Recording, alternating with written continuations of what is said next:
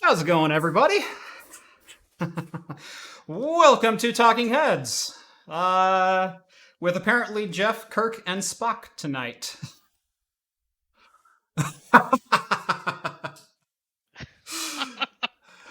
And a Han Solo photobomb. Oh yeah, there we are. Oh, welcome to Talking Heads, everyone, your once weekly live show for the latest in beer and tech news. I'm Jeff. I'm Steve.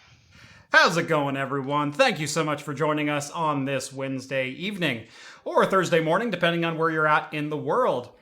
If you've never seen the show before, this is our once weekly live show. We talk beer for about 20 minutes at the beginning of the show. Any news beer related, alcohol related, or things like that. We move into tech talk, which is usually about an hour and 20 minutes, and then follow that up with games, entertainment, pop culture, or whatever is on our minds right now. Oh yeah. It's always a good show. We do drink alcohol on the show. However, we keep the content friendly in both language and content. Right. So we try to anyway. Try to. It slips if we from time to time. From time to time, we have the occasional slip up, and if there's any blue content, we usually warn you well ahead of time. I don't think we have any such content on the show for tonight. But let's get right into it. Steve, what are you drinking tonight? All right. Well, I got some 3 beers, and on accident, not on purpose, I got 3 IPAs. I thought one of them was a sour, but it turns out it was an IPA. So first off, I have Anchorage. Anchorage makes great hazies. This is Revenge. I don't know if we've had this one before. It's been around, but I haven't had this one. Yeah, it's a double IPA, and a double hazy IPA from Anchorage. It's gonna be delicious. Nice. This one right here is called Cryo Flare, and it's got really cool can art. It's got like some, that is sweet. Some D&D dice in there. Old Nordic swords. And with some axe. It's got some very, very geekish language. That's got a D20 on the back. Yep. It's a triple dry hopped hazy double IPA. Only a 12 ouncer, so I should be able to just quaff that no problem. What's that clocking in at? This one is 8.88%. Okay. Yeah. And then the one that I thought was a sour, which was actually an IPA, is the Hellboy series, the Abe Sapien. Ooh. So it's from Gigantic, a local brewery here in Portland. They did a whole Hellboy series, and this is the Abe Sapien. It's supposed to be blue in color, and it's called itself an indigo blue beer. So I thought it was a sour. I thought they were gonna put like the berry flavor, but apparently it's just like supposed to be a blue colored IPA. Yeah. What's funny is right around a year and a half ago, Rhett and I actually had a blue Japanese IPA. Yeah, I saw that. That was colored with some blue something or another. Yeah. I heard that it was not great. It was okay. I remember it being okay. I don't remember it being terrible, but it certainly wasn't memorable. Yeah. I'll put it that way. Gotcha. Yeah, and the Abe Sapien is 6.66%, so it's 666. Yeah, okay. That makes a lot more sense. I was going to go, man, that's a missed opportunity. It should have gone for 666. Yeah, no, it's a 666. I think all their beers are actually 666. They went for... I've only picked out one beer for tonight so far, and that is one. I had my first beer home delivery the other day. Silverton Brewing here in Salem is doing home beer deliveries if you want to order some stuff from them. Yeah. And they announced the other day, I think on Monday, that they had canned and were now shipping Governor's Reserve Pirate Stout. We've had this on the show before, but this is one of my favorite all-time stouts. It's up there with Dragon's Milk and Kavatica and all those other phenomenal double high digit stouts. This one's clocking in at 12%. Yeah, that's their standard pirate stout, which is one of my favorite stouts that they make out. Yes. And that's the high end version. Yes. That's the extra special Governor's edition. It's really good. Exactly. Yeah. The Standiam has their normal pirate stout, which is a rum barrel aged stout. This one's been aged longer and is a higher ABV. Their standard one, I believe, ages for 6 or 9 months or something like that, and I think this is 12 months. Yeah. So fantastic beer. I need to go over to my fridge to see which one I want to have first because I want to let this one warm up just a little bit. All right. So camera back on Steve, and I'll dig into my fridge and find one more beer. We'll just while Jeff is gone, we'll have Star Trek Theater. I got Scotty over here. I'm giving her all she's got. The stream, and then I think this is Sulu. Oh my! I'm giving her all she's got. Oh my! That's all of the Star Trek, and I know that's it. I think I got Uhura. And everyone's favorite Russian Chekhov.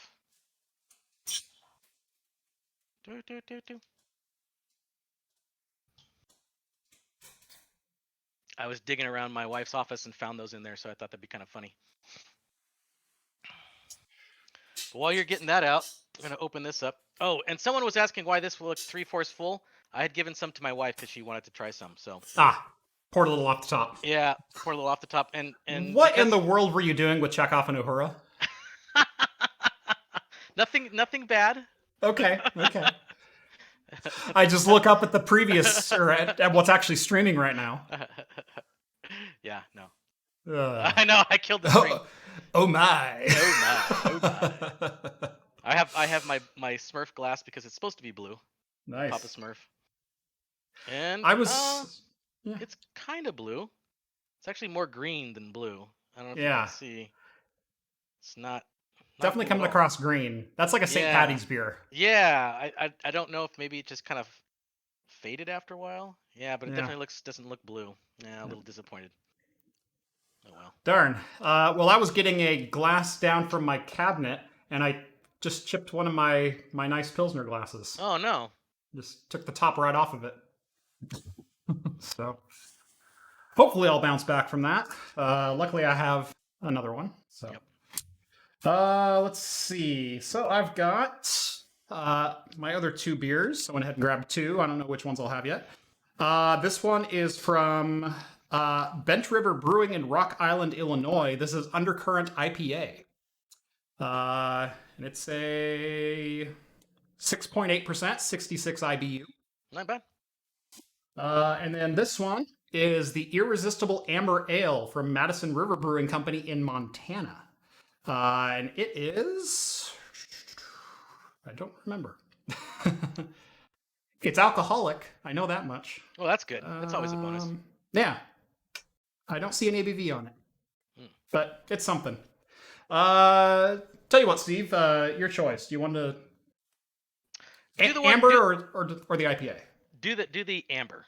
Start with amber. Yeah, those are you want to start slow. So the amber is probably lower ABV. If you're gonna end the evening with the Governor's Reserve, you're gonna want to start slow. Yeah. There we go. And this one is just an okay IPA. It's not anything special. Yeah. It's got a good color to it. Much better than my color. Yeah. It's kind of like a toffee brown. Yeah, that looks good.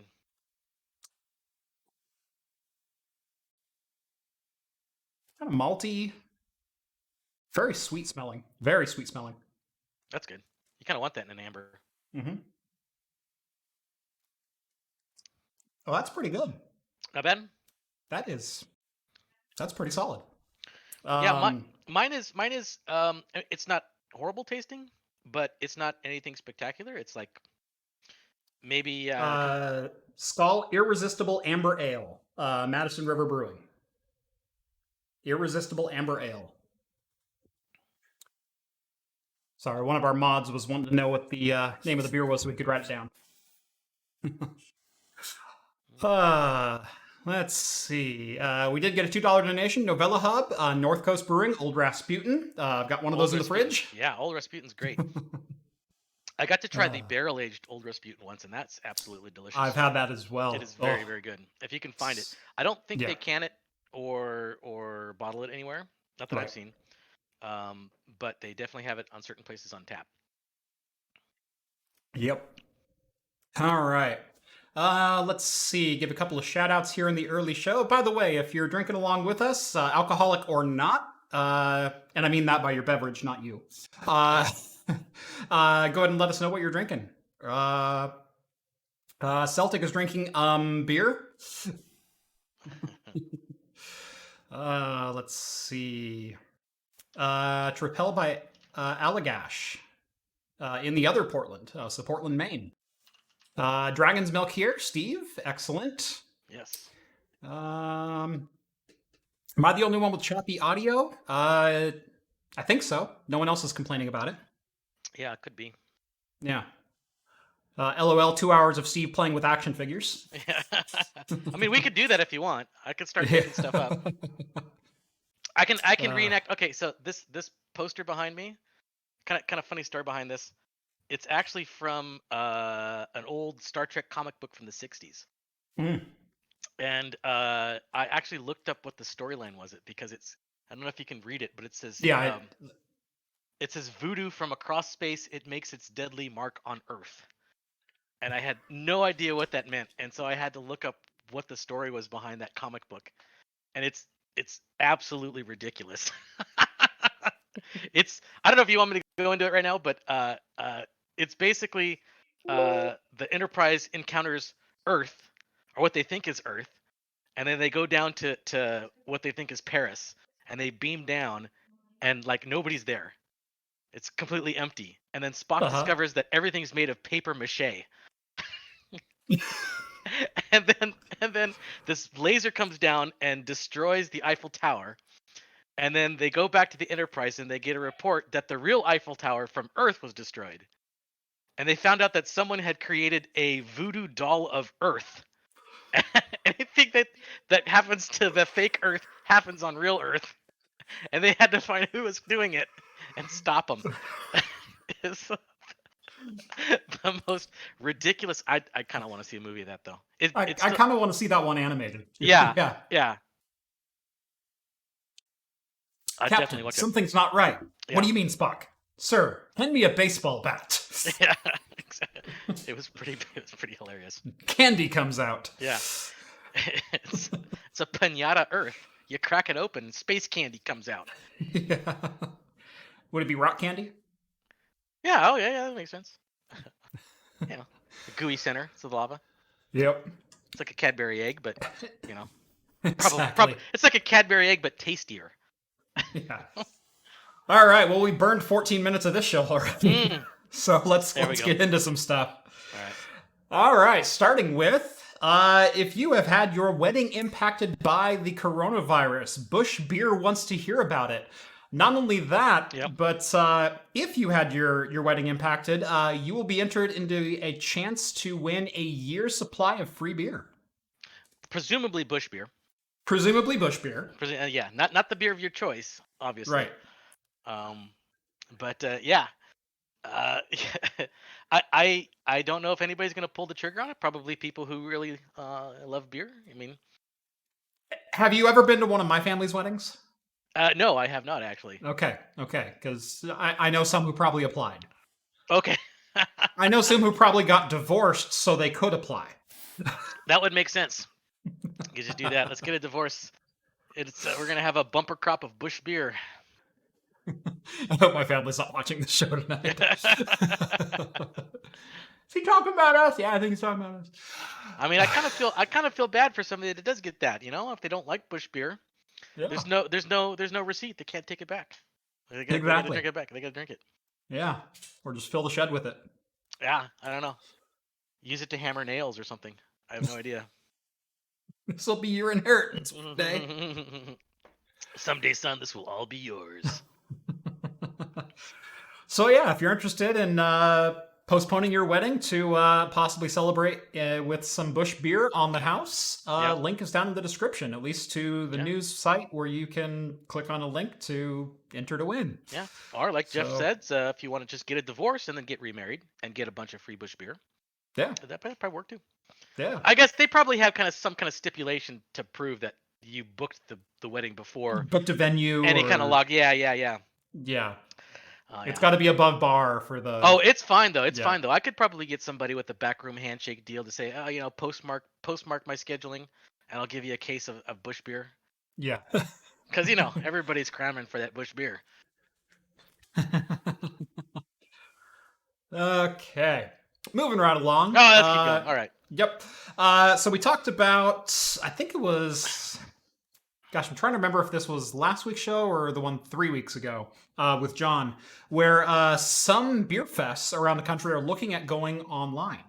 Yep. So basically, shipping out sampler packages of different beers, and then you open them and you live stream like a Zoom conference kind of thing, Yep. where you're entering tasting notes in and you're talking about this particular beer, and you're all enjoying it at the same time, but apart. So basically, what we're doing, but different beers. Right. Exactly. Yeah, but Steve and I would be drinking like the same beer, Yeah, exactly. and only like a 3 or 4 ounce like sampler bottle. Yeah. Not as fun, but hey. But anyway, some venues are really getting behind this. So if you get onto Eventbrite, there's actually a whole host of beer festivals Yep. that you can partake of online. And each of these is a different event happening around the area. So we've got everything from Las Vegas to San Diego to Seattle to Portland on here. There's a couple in Los Angeles. There's a Las Vegas one. Yeah. The Wizards Beer Festival, Lot 84 Magic Castle in Riverside, California. There we go. That could be fun. Yeah. But the bigger news in that, or I guess not bigger news, but Portland is also obviously on this list. Otherwise, we probably wouldn't be talking about it. But any city within 100 miles of Portland, and as long as you are 21 years or older, you can register for a Portland beer event on May 16th. You buy a ticket and then $10 shipping, and they will ship the beers to your house. And so you have to prove that you're 21 at the time of buying the ticket, and then each ticket has to pay a shipping fee. But if you're anywhere within 100 miles of Portland, they'll bring you your case of beer that you can, try with everyone else. I think that might be a fun thing to do.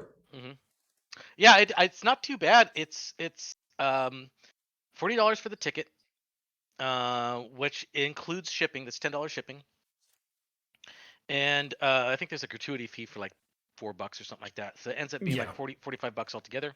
Yeah, because I think they're not shipping this. They're actually hiring couriers. Right. It's going through a third party shipping service. Exactly. But the only reservation, because I would have gone for this right away, because it's not bad. It gave you 12-ounce bottles each, and so that ends up being about, if you kind of average everything out, it's like $4 something a bottle, which is kind of what you get when you go to a bar. Right. It's pretty close to it, so it's like, oh, that's not too bad. But the thing that kind of makes me not want to do this is they're not listing any of the breweries and what beers. They do say local. But I mean, local could still be, because we get local stuff that we can get at the store. So unless it's like a specialty beer that's very hard for me to get. Right. I go to the beer fest so I can try the one-offs and the specialties and the once annual series of beers.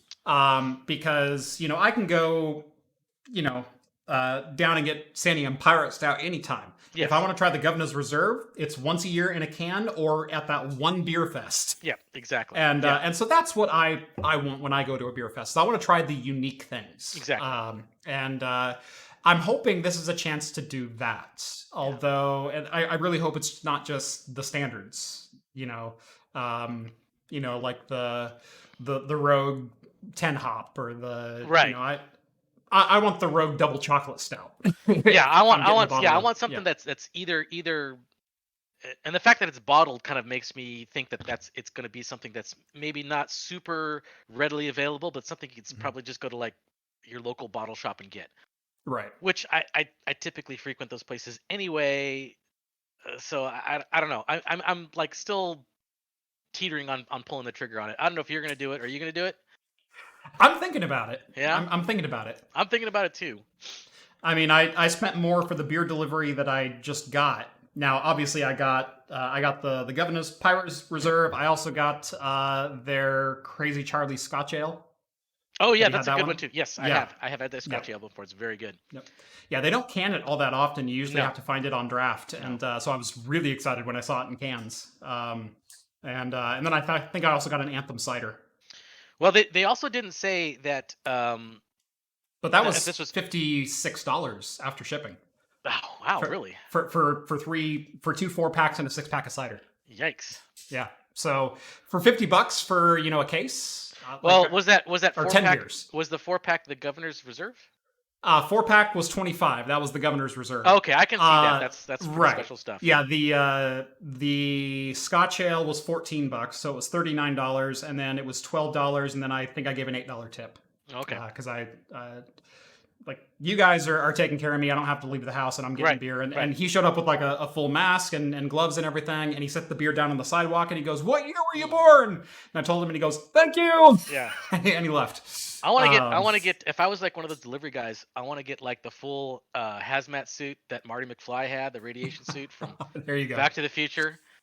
And I'm Vader from the planet to show up in Vulcan. the yellow hazmat. Yeah.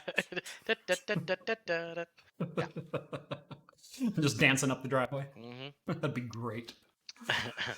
So yeah, if you're thinking about joining one of these beer events, a lot of them are doing this kind of style thing where if you're within a certain distance of the event host, you can sign up, pay a little bit of a shipping fee, and get a case of beer and enjoy it with everyone else who's going to be drinking it at the same time. So Yeah, I mean, it sounds interesting. I'd like to try it, Yeah. but I want to know more about the beer first. But I have found zero information about it. yeah, and it's May 16th, so it kind of makes me a little bit nervous that it's gonna, they're not gonna announce it or they're gonna announce it too late. Yeah, And yeah.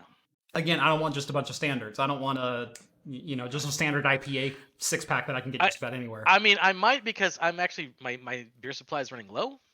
Like, so I'm like, it's a little bit on the expensive side for it, but whatever. Mm-hmm. Well, I already have a once monthly craft beer delivery where I get a case of Yeah, beer that's every right. month. That's right. My wife bought me that, and that's actually where these two beers came from: the IPA and the amber that I'm drinking. Hmm. Which, by the way, this amber is really good. I'm really digging this. It's super malty, almost a little bit of a fruit flavor, like maybe like a rhubarb kind of thing. Yeah. It really good. I think I'm gonna be IPA'd out by the end of this evening with 3. I mean, I love IPA, so I'll power through, obviously. Yep. But I might want something extra malty tomorrow. All right, and our last beer story Don't ever is get involved in come on, device. I was dragged into it, kicking it. shut up. Freaking autoplay videos. Get out of my head. Is that CO2 is running out, and it's running out for kind of an odd reason, or a reason that probably no one would expect. So we all know that beer, seltzer water, soda, that kind of thing, it's all carbonated with CO2. What you probably didn't know is where they get that CO2. The CO2 that they bottle and sell to food services is actually a byproduct of producing ethanol for gasoline. So ethanol being, the E10, E15 that you add to your gasoline, that's what's making the CO2 for all of our beers. Well, the thing is, gasoline sales have fallen by over 30% in the United States. Crude oil is at a negative price per barrel right now. And so a lot of factories aren't producing as much CO2 as they used to. And the demand for beer and soda has actually gone up. Yeah.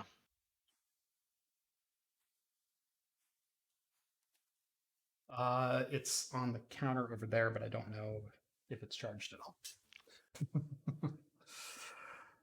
Yeah. Anyway, so yeah, the demand for soda and beer and whatnot has gone up because, well, we're all at home with not a lot else to do. But drink, of course. And but sit around and drink and have a couple of beers with lunch instead of your standard one beer with lunch. Yep. And yeah, we're running out of CO2. Yep. So the story is that 34 of the 45 U.S. ethanol plants which develop CO2 for beer and soda manufacturers is have cut their CO2 production drastically or have idled their CO2 production. So there's only 11 factories that are currently producing at their normal rate. And the fear is that we might run out of CO2 sooner rather than later. Well, it's okay, because my 3-year-old son loves to blow bubbles into liquids, so if they ever need additional carbonation, I could just send him over. He could do his thing. It'll be fun. Can I just put him in like a hamster wheel and have him power my soda stream? Yeah, that's right. Just look, Daddy, you're making bubbles. The hamster wheel powers the Keurig in the morning. Yeah, There there we go. we go. Yeah, Carol Baskins fed our CO2 to the tigers. That's right. All right. So that is going to do it for the beer news. And hey, we're only 7 minutes over after wasting 14 minutes in the intro. That's not too bad. It was a good intro. I think it was good. Yeah. I thought it was solid. Yeah. Oh my. Oh my. Oh my. What's funny is I don't sound like George Takei. Yeah. I sound like oh gosh, who's the voice of Pinky? From Pinky and the Brain? Yeah. Yeah. He does tons of voices. Yeah. God, I'm kicking myself that I can't remember his name right now. I sound like his impression of George Takei. Oh man. You're like the Wish.com George Takei. Yeah, exactly. Yeah, he's not quite there. It's getting close. Exactly. You know what I'm trying to do. Yeah, you know what I'm trying to be. You're getting there. You're getting there. That's right.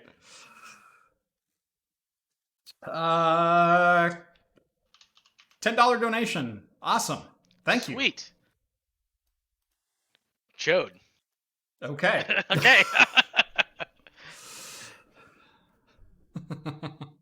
And way to get around the censor, Big Spoon. Yeah, thank you. All right. Let's see. Is there anything happening in the Discord chat? Probably, because I'm missing it all. Oh, yeah. John says we can split. We can split the beer the virtual beer. Yeah, they say it's a case for 1 to 2 people because it's 10 12-ounce beers. Yeah. But in the article they said or 1 if you're a heavy drinker. Right. So that's not going to work for me and John. We're gonna have to get our own. we're gonna need the third for the ones that we really like. Yeah, exactly. They can get my dregs, I guess. Yeah. Who's gonna take the pepperoni pizza beer? Oh, dude, I'll take that one. I already had one of those, and I kind of liked it. That was actually awful. No, awful. Okay, it wasn't great, but it wasn't horrible. It was very unique, and it had its own had its own merits, I thought. On a scale of 1 to yes, how drunk were you at the time, though? No, I wasn't too bad. Because that was awful. It wasn't too bad. I wasn't that drunk at the time. I wasn't that drunk at the time, to be honest. Moving right along. Uh-huh. That was a beer fest in which we all get hotel rooms. Mm-hmm. So, don't worry about it. We weren't driving. Yeah. Probably the leading story of the day was something that broke first thing this morning, and that is the possibility that CSGO and Team Fortress 2 source code has leaked. Yep. Now, when I first found this article, there was no official statement from Valve. It has now been updated with an official statement. But Valve does in fact acknowledge that the source code was leaked. This is a leak, or this is, they knew of some of this leak as far back as 2018. Because the source code is actually from 2017. And it was a source code that was given to a third-party mod developer under contract. And that contract likely had an NDA. But the implication of source code being out there is a little bit, I'm going to say, clinch-inducing. How's that? Yeah. If you're Valve. Not that these are new games, but CSGO is consistently one of Valve's highest dollar earners. And the thought that source code is out there, that people could develop better cracks, develop better cheats, or there's actually a bug that was discovered within the source code that There's remote execution possibility simply from signing into a Team Fortress or CS:GO server, where someone on the server can remotely inject code to your PC and execute it at whatever level that you're running your CS:GO application. So that gets to be a little bit frightening and a little bit concerning from a security standpoint. Now, to Valve's standpoint, they said, quote, "We have reviewed the leaked code and believe it to be a reposting of a limited CSGO engine code depot released to partners in late 2017 and originally leaked in 2018.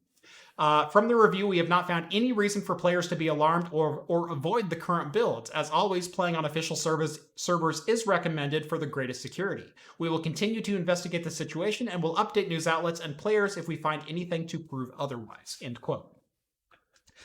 Yeah, and that was for CS:GO, and at the time, I think when we were reading that, I'm just because I just went on to the discussion thread for Team Fortress 2, and there's been 2 updates from that. It says, according to the earlier source, TF2 may be confirmed not to be affected by the leak at all, and then there's a third update saying TF2 confirmed not to be affected outside of potentially share code being used for cheat development. So Right. it doesn't look like there's going to be any like executable injection or anything like that.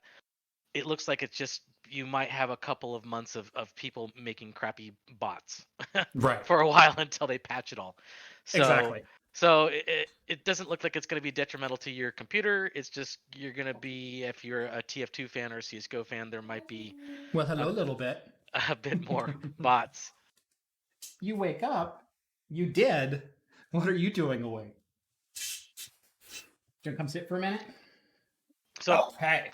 I don't know if you can see this, but this is very interesting. When I first poured my beer, it was not very blue, but now it's actually a lot more blue, which is weird. That is weird.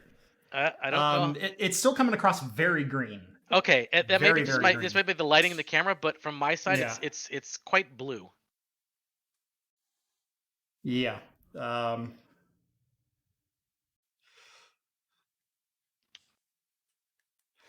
Yeah. There we go. Yeah. Yeah. Ah. Yeah. What do you think? Real glazed. Yeah. Real glazed. Can you see yourself? You're silly.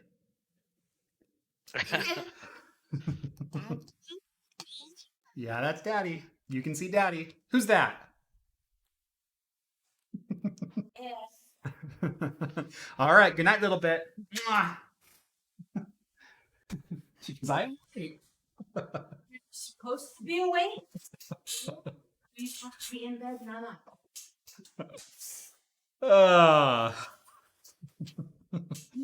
Hi, little bit. Hi, Becky Pooh. I thought Jeff was the colorblind one. I am the colorblind one. Yep. So yeah. So apparently this leak isn't quite as bad as some of the initial reports led on to be, but like I said, it was very much a developing story when we found it about 3 to 4 hours ago. Yeah. And we'll probably be continuing over the next couple of days as you know, people dive more into the source code, because I guarantee people have downloaded the source code. Oh yeah, definitely. And it was because I don't know if there's too many Team Fortress 2 fans out there, because it's a pretty old game. It was released in what, 2007 or something like that. Yeah, it's something been like around for a while. But I was reading as of late, like the last couple of months, there's been a lot more cheats and bots that have been released on the popular on the main servers. And so there's been a lot of complaint about that. This may have been a result of it, that somebody getting a hold of the code that could be, and it just got revealed that was leaked, because they did say that this was from a leak from 2018. So, you know. Alice says she's always wanted to use blue corn in a homebrew to see if it would pass off as a Romulan ale. That's an interesting. I don't know. I don't know if the. I'm picking up what you're putting down, Alice. Yeah. Big Spoon, $2. Do you think Carol Baskin killed her husband? Oh, of course. Of course. Of course. Of course. You know, there's a missed opportunity with Baskin Robbins should put out a flavor called Husband. Yes. Frosted Flakes. They're great. Husband. Ugh. Moving right along. All So AMD announced yesterday, Monday. The days are kind of blurred together. You'll have to excuse me. Yesterday, yes. Yeah. That AMD Ryzen 3 for 3000 is now official. We are going to be seeing a Ryzen 3 3100 and a Ryzen 3 3100X. Both of these CPUs will be 4-core, 8-thread, with the Ryzen 3100 starting at $100 at $99. That's a steal. Hey, for That's an great. unlocked, overclockable, quad-core, 8-thread, $99. Yep. Like the Ryzen 5 1600 AF, I just did a review on one of those. I was really impressed with what you got for $85 out of 6 cores, 12 threads. It's gonna make those budget builds just that much better. All those budget build videos, yes. This is what competition does. This third generation is what we've been waiting for since AMD came back onto the scene in 2017 with AMD Ryzen and said, we have something that is going to prove worthy within the next year or two. And they made waves right away, especially at the top end with Threadripper going, we can put as many cores into a die as we want. And don't press us, Intel. Yeah. And Intel kind of stayed with it and, lowered some prices in their mid-tier stuff. All of a sudden you can get an 8-core for less than $1,000. Yeah. Because AMD was offering one that almost beat it at 330 in the Ryzen 1700. But since then, the competition has been very fierce and very swift, especially when you have like the 3960X, the 24 core, the 3970X, the 32 core, and the 32 core beats anything that Intel has ever put out ever. And then they went, oh yeah, and we're going to double that with the 64 core and the 3990X. Yeah. Try to keep up. Oh yeah, exactly. But now we're starting to see that same effect on the bottom end of things, with what we're hoping is a very, very good chip in the 3100 and the 3300X as far as budget builds go. Yes. Getting a good high clock speed, 3.9 gigahertz boost clock ain't nothing to scoff at. Oh, yeah. Especially on a budget build. Look where Intel was with their $130 processor in the i3-8100. It was a 4-core locked, 4-threaded, 3.2 gigahertz, I want to say. 3.2, 3.4. And as soon as the 2200G came out, it lost the 2200G straight up. So definitely some interesting things happening. Yeah, it's going to be nice, especially we have a bunch of new consoles coming out this year too, or supposedly coming out this year, hopefully, or announced. Every time that happens, there's always somebody who wants to do, hey, here's my budget builds that matches the performance of this thing. Here's the console killer. Here's the console killer, or here's the matches the console for the same price point. This right here is going to make that easy. It's going to make that job a lot easier. Yep, definitely. The other big news out of that event announcement, because we can't go to events right now, is B550 motherboards are on the very near horizon, sporting PCI Express 4.0. And this was something we didn't know was going to be possible because of the, we'll just call it insane tolerances, the exact specification you have to meet to get PCI Express 4.0 certification and to actually run at those speeds.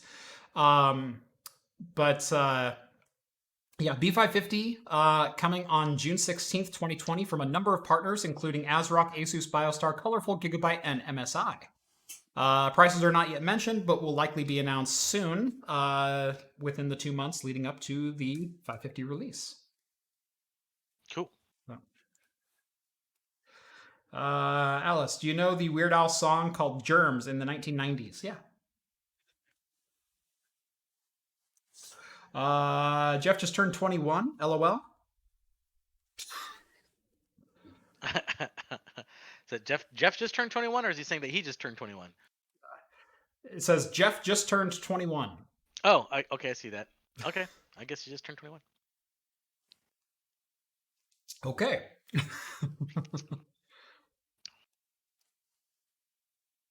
Yep. All right. All right. Moving along. All right. What's next? Oh, right. Clearview. Yeah, this is one of the articles I didn't get to read yet. Okay. So you're going to have to tell me what this is. I have no idea. Do you know who Clearview is? We'll start with that. No, actually, I do not. You probably do, but you don't know it. You don't know him by name. Probably not by name. Clearview is an artificial intelligence company based on video forensics. They're a face matching company. Oh, okay. All right. Yeah, I get it. they're the company that takes all the heat from Big Brother type surveillance, tracking individuals and their individual movement throughout various places and things like that. And they say, we only sell to law enforcement, even though we know they sell to other people other than law enforcement. Oh, of course, yeah. Because we know they've courted Disney and the NBA and a bunch of other, fairly large corporations as far as, casinos and things like that. Like, we can keep your premises safe. But Clearview has a little bit more egg on their face than usual right now, in that apparently they also expose their source code. Oh wow, more. Hey, all right. Yeah, this is the week of exploits that are becoming public. So Clearview has exposed their source code in probably one of the worst ways possible, in that they had an online file repository that was accessible from any web browser. Now, when a security researcher tried to access that file repository, he was met with a password page with a please log in. Right. Yeah. Well, he obviously didn't know the password, so he went to Clearview's page and registered for an account, and then logged in with those credentials and downloaded their source code. Wow. So they just had a central repository for users, and we're like, hey, that's cool, dude. Right. No permissions associated with that user. It's just, hey, this is a valid user. Nope. Let's do it. Their web server also housed their source code, as well as various versions of their application, as well as test versions for an application written for a proprietary camera system, which it appears has since been abandoned, as well as their finished Mac, Windows, Android, and iOS apps, which iOS actually recently blocked the application for violation of terms and service. So they got literally everything out of their portfolio. Wow. Well, I mean, I guess that's a little better than guest. Only by that much, just by that much. I mean, not by much, but yeah, just by that much. Yeah. Right. Oh, seriously, that's really, really bad. It's the same combination as my luggage. Yeah. 1, 2, 3, 4, 5. Yeah, that's like not much confidence in a company that's, scanning for people's faces, that's going to have some kind of big privacy connotations to it. Right. That has just like their own security measures are just bad. Yeah, their own internal security measures proved to be fairly laughable. I mean, this was accessible from their web server. Yeah. How inexcusable is that? That's not good at all. Yeah. Do you use your web server as a NAS also? Like an internal facing NAS and an external facing web server? No, I don't. No. You would never always keep those two separate. Yep. Always keep those two separate. Any production web servers I have are dedicated web server boxes. They may be VMs, they might be, virtual instances, but that's my public facing side. You never expose internal to external. And it's DMZ'd from everything else. There's no route into it from this way. Inexcusable. Inexcusable. Admin. Yep. SA admin. Yeah. Instead of 1, 2, 3, 4, 5, it was 2, 3, 4, 5, 6. Yeah, exactly. No, they just added a period at the end of it. Yeah. No, I remember back in the day, like this is like a long time ago, our software company before, the prevalence of the web and everything like that, and everything internally in our network could be accessed with one password. Everything. But because it was internal though. I mean, that was fine. But as soon as we went, as soon as we started writing web software and stuff like that, we completely changed that policy altogether. Yeah. Yeah. It was just so much simpler back in the late 90s, early 2000s. It was, when every box was, on its own specific LAN. Oh yeah. Yep. We keep a password repository that is encrypted and only accessible, and we delegate permissions down to those passwords, and they change every 90 days and everything else for our sensitive stuff. And every password is different from every other, and typically usernames are unique to boxes as well. Yeah. So, secure it as much as you can and rotate access. Internally, I'm a little bit more lax. I will say, I think most of my boxes share the same password, but at least they're different usernames. But again, it's only my home. I'm protecting Right. Yeah. the raw footage of craft videos, which is me saying the same line 9 times over, swearing and scratching my balls occasionally. I'm sure that's going to be highly sought after someday. I'm sure. Yeah, exactly. Yeah. God dang. Exactly. It's nothing anyone wants to see, trust me. Oh, I do. You've seen it. I know I have. All right, I'm done with my blue beer. I'm actually literally last sip of mine too. Oh, okay, so there you go. Good timing. I'm gonna replace my Smurf glass for my good old Going for the goblet. skull. Yeah, that's right. I think I'm gonna go for my cryo flare. This one's a bit of a bump up, 8.88. Oh wait, you know what? Actually, this one's higher than this one. I don't know. I'm torn. Nah, I'm gonna end the evening with the Anchorage. I was gonna say it's hard to beat an Anchorage. I know. I'm gonna end the evening with an Anchorage. Yeah. I'm debating, do I want to go for another IPA or do I want to dive straight into the stout? Because it's a thick stout. It depends. It's a full pint too. It's not a 12-ouncer. Well, there's nothing that says you have to finish it either. It's true. Well, yeah, I do. I mean, if you want to be called, never mind. It was $7 a can. I'm finishing. Yeah, you're finishing the beer. I think I'm just gonna dive straight into the stout. That's a perfect pour right there. Oh, what'd you get? You're just off. You're just off frame. Just the foam. Look at that right there. Oh yeah.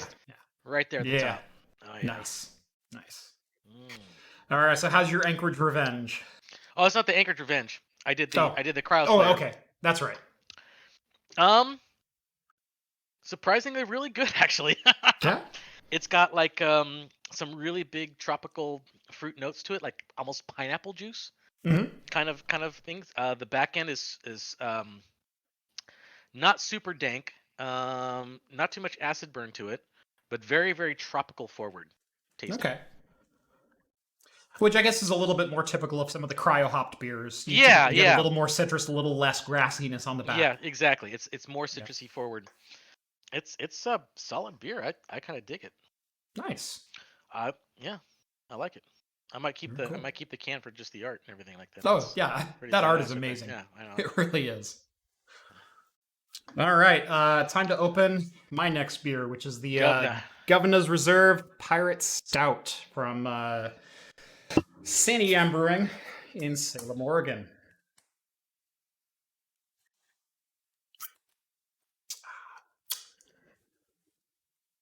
All right. Oh, I think we had a super chat. Oh, did we? Did I miss one? Yes, we did. Yes, from Record Needle. It says, "I can't hold my liquor. West. Have a great stream." Awesome. Okay. All right. I guess he can't hold his. I don't know if he says he can't hold his liquor because he's drunk, and he says, "I can't hold my liquor.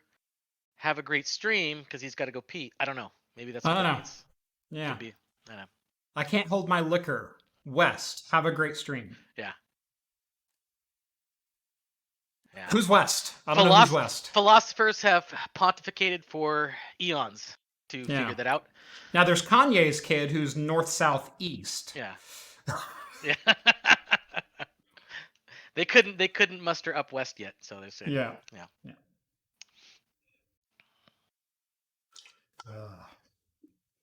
Isn't that just a beautiful thing, Steve? Oh, that's lovely. That is a really great pour for a stout. Especially since their last one was kind of super flat too. It was really flat. Yeah. I tried to express a head on it. It just nothing came up. All right. Yeah. Oh yeah. Good. I know. I smelled it before. It's got great coconut aromas to it. Roasty malt smell to it.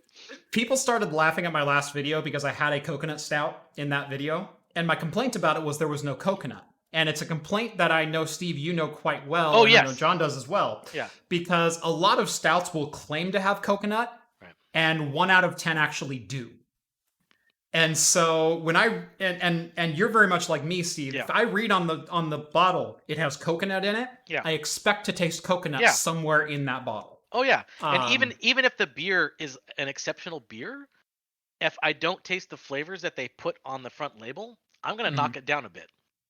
Because Exactly. yeah, it's like you're gonna put that out there for the world to see, and if you're trying to sell it based on that, oh, do we need Have to you do? had the 2019? No, I haven't had this year's version of it. No. This is like a snickerdoodle. It's that's got good. Yeah. cinnamon and a little bit of spice to it. Almost reminds me of like a really thick eggnog, Oh my which god. is Yeah. which sounds weird, Yeah. but seriously, this is like a Christmas stout. All right. I might have to have a delivery myself then. That sounds Oh pretty good. man. Because I do love it. But I guess it's gonna be to go out there. Very rum forward too. This Oh, time. even better. Very rum forward. I had John brought over God, that's good. a rum barrel aged porter that was made specifically for customers of Tavor, Mhm. and that was pretty good. But it didn't have a real thick, viscous. It didn't have a very good mouthfeel, but it was very tasty. But man, I love those rum barrel aged ones, and very good ones are hard to find. Very good ones are very hard to find because I've had a lot of rum barrel aged stuff that was just you know. Yeah. That's good. Like I said, it's a snickerdoodle dipped in eggnog. This IPA is actually very pineapple forward. I like it a lot. It does taste like pineapple juice. Nice. And the ingredients does not say anything about pineapple juice. So Where'd you get that one? I might have to pick one of those up. This was I love pineapple beers. This is actually from Tavor, so I don't think you'll be able to pick this one up. This is from This is why quarantine sucks. Yeah.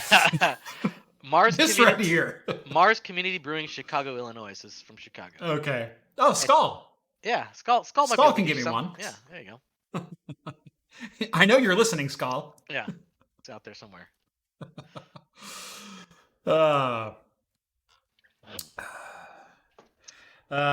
Becky Poo says Nate loves coconut beers. I've actually found some pretty good ones. The Coco Nutria is surprisingly good. I haven't heard of that one, but I do really appreciate a stout that can hold a coconut flavor because it's one of the flavors that's so difficult to keep in a batch. Are you a pineapple on pizza kind of guy, Jeff? You know damn right I am. Yeah, he is. Yeah. I know a lot of people poo-poo that. I don't mind pineapple on a pizza. I think it's good. Yep. I mean, it's not my favorite thing. It's good though. Yeah. No, every pizza I get, I like pineapple in it. Like I appreciate like a really good 5-meat pizza and a stuffed crust or Oh yeah, various things like that. But honestly, like you give me like a barbecue chicken pizza, add pineapple. Oh. Well, it's anything that's got the sweet and savory mix between the two. I like that. Yes. In fact, the last one before the whole shutdown or lockdown over here, it was at a McMiniman's. They had a pepperoni jalapeno pineapple pizza. That was absolutely phenomenal. That sounds good. It. That was that really good. And not only was it savory, it was also savory, sweet, and spicy. Very very good. Yeah. Yep. Yeah. The last pizza that I had was actually last Wednesday. We there's a Papa Murphy's near us, so we got some Papa Murphy's pizza. Yeah. It was their 5-meat stuffed their 5-meat Chicago style with pineapple inside. Oh, there you go. That was yes. Yeah. All right. I think it's time to move on to the next story. Next story. So in some more security news, Google has disclosed warnings for over 2 billion Chrome users on a 0-day exploit. And this is one that they're a little bit concerned about. Because they put everything in a blog post. So if you're interested, you can click the blog post that's right here on the linked article. But they gave it the code name CVE 2020-6457. And it says, quote, use after free in speech recognizer. And you will find the exploit has been marked as reserved by the U.S. government's National Vulnerability Database. Wow. And in some cases, free after use bugs can allow an attacker to change the flow of control inside your program, including diverting the CPU to run untrusted code on the attack that the attacker just poked into memory from outside. So it's an RCE exploit. It's a remote code execution exploit. Those are the worst kind. Yes, those are bugs you never want to see come across your desk. Yes, yeah. Yeah, so this is all the way up to Chrome 81.04, rolling out to Mac, Windows, and Linux right now.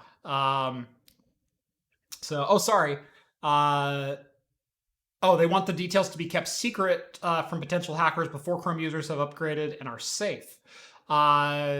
So Chrome 81.0.4044.113 is out right now, and you can make sure you're upgraded, but I don't know if it's actually been fixed yet. This article doesn't actually mention that.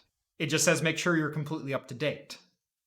So I just checked, and that's the version I have. So okay, okay, so I'm okay. Yeah. Well, I'm actually a little curious. Let me check my own here. About Chrome. I am not. I'm on version 81.0.4044.122. Oh, okay. So I'm a half version behind. Yeah, I'm at 113. Yep. So, yeah, 0-day exploits, including a remote code execution exploit inside of Chrome. Again, developer's worst nightmare is when one of those rolls across the desk when it's in production already. Oh yeah, and that's bad for especially people who developing apps and stuff like that. Making sure that everybody's on the latest version. A lot of people are hesitant to upgrade to the latest version because it could break some of the stuff that they're working on. Mm-hmm. And then when something like this happens, they're pretty much forced to. Yep. Yeah, it's not a very fun thing to do. Yep. So, yeah, not a good day to be a Chrome developer or work for Clearview or work for Valve. Yeah, I know. It's been a bad day all around. All the hackers are sitting at home not doing anything. They're just like, what do you want to do? Let's go hack some. I don't know. I haven't looked at Chrome in a while. Yeah, let's go crack that up. You want to mem check that one for me? Yeah. This one was quite interesting. There are some counterfeit Intel CPUs being circulated in Chinese marketplaces. So they appear to be using not quite legit Intel model numbers. So they're saying Core 7 7700K, which is not a Core i7 7700K. And the thermal paste between... sorry, what does it say here? Oh, it makes it easy to delid. So what they're doing is they're taking 7700K tops and they're putting them onto old Core 2 Duo circuits. Oh, I see what they're doing. Yeah. Yeah, which has been actually an Amazon scam for some time of people doing this because the lids are virtually identical, except for the laser engraving on top of them. And so what a lot of people are doing right now is they're delidding legit processors and pulling a 7700K or an 8700K top off of it. And they're replacing the die substrate with a Core 2 Duo Prescott core. Oh, jeez. So literally something you can pick up for less than $1 on eBay. Yeah, swapping them out. And to the untrained eye, and even to a lot of trained eyes, may not see a difference because the only difference is where the notches are placed because Intel is so behind on upgrading their socket. Yep. It's been virtually the same since 775. I mean, the 1150X series of sockets are virtually all the same with very little difference between them. They're all physically the same size. 775 is, I think, just a hair smaller, but not even by that much. Yeah. So Intel's reluctance to upgrade their socket is starting to bite them in their ass pretty big time. Yeah. And not securely solder their chips like AMD does. Yeah, no doubt. Yeah. So... yeah, that's coming back to bite. Like I said, this has been a scam that I've seen before on different forum posts from like Amazon and different places like that. And eBay, it's also run pretty rampant, where someone will buy like a 7700K and they'll delid it and they'll take the lid from a Core 2 Duo and put it on top of that and then use that in their computer. And then they'll put the i7 lid back on the Core 2 Duo, put it back in the box and say, oh, the CPU was defective and send it back. Yeah. And they get a full refund. So, yeah. Yeah, switcheroo. Hey. Yeah. Oh man, why did I think of that? I'm gonna write this down. Hold on. I will say when Blockbuster was going out of business, I might have returned a GameCube game shell without the game in it. Oh yeah, put a couple bricks in there or something like that. I Oh, might yeah, have done that. It's in there. I might have done that.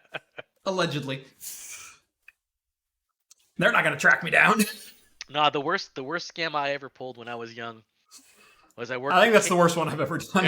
I worked at Kmart, and I worked nights at Kmart like right after I graduated high school. Mm-hmm. And I found they used to have in the back room, they used to have a UPC gun where you could print out UPC codes for, boxes where the UPC wore off, whatever you need to relabel something. And so it was password protected by a keypad, but it was, like you said, it was dumb. I think I remember the code was like 11111 or something like that. It was just stupid. And so it's all worn off just on the one. Yeah, exactly. Yeah. So I could like, it's super easy to crack. And so I was like, well, I could print out my own UPC codes. Well, what do I want to get really super cheap?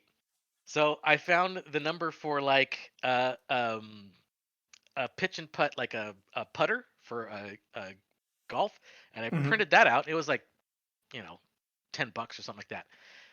Printed out the UPC code, put it on a full set of golf clubs, and then came in the next day and bought them. And then no one even, they just like didn't even care. They're just like, boop, there it goes. Here you go. Yeah. full set of golf clubs for $10.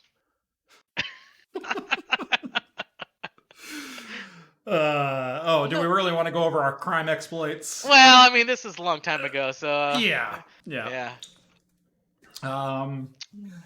I think my best one was I had a buddy who worked at Fry's and did a price check for me to a competitor. Oh, right. And they just like, okay, that's cool. You can do it. So you walk into another store and you say, well, they're selling it for this price down at Fry's. And they call and my buddy's working the customer service desk that day. Oh, right. The phone and, oh, yeah, no, that's only $129. For $400? Are you kidding me? Yeah. $129. It's on special. Yeah. What are you going to do?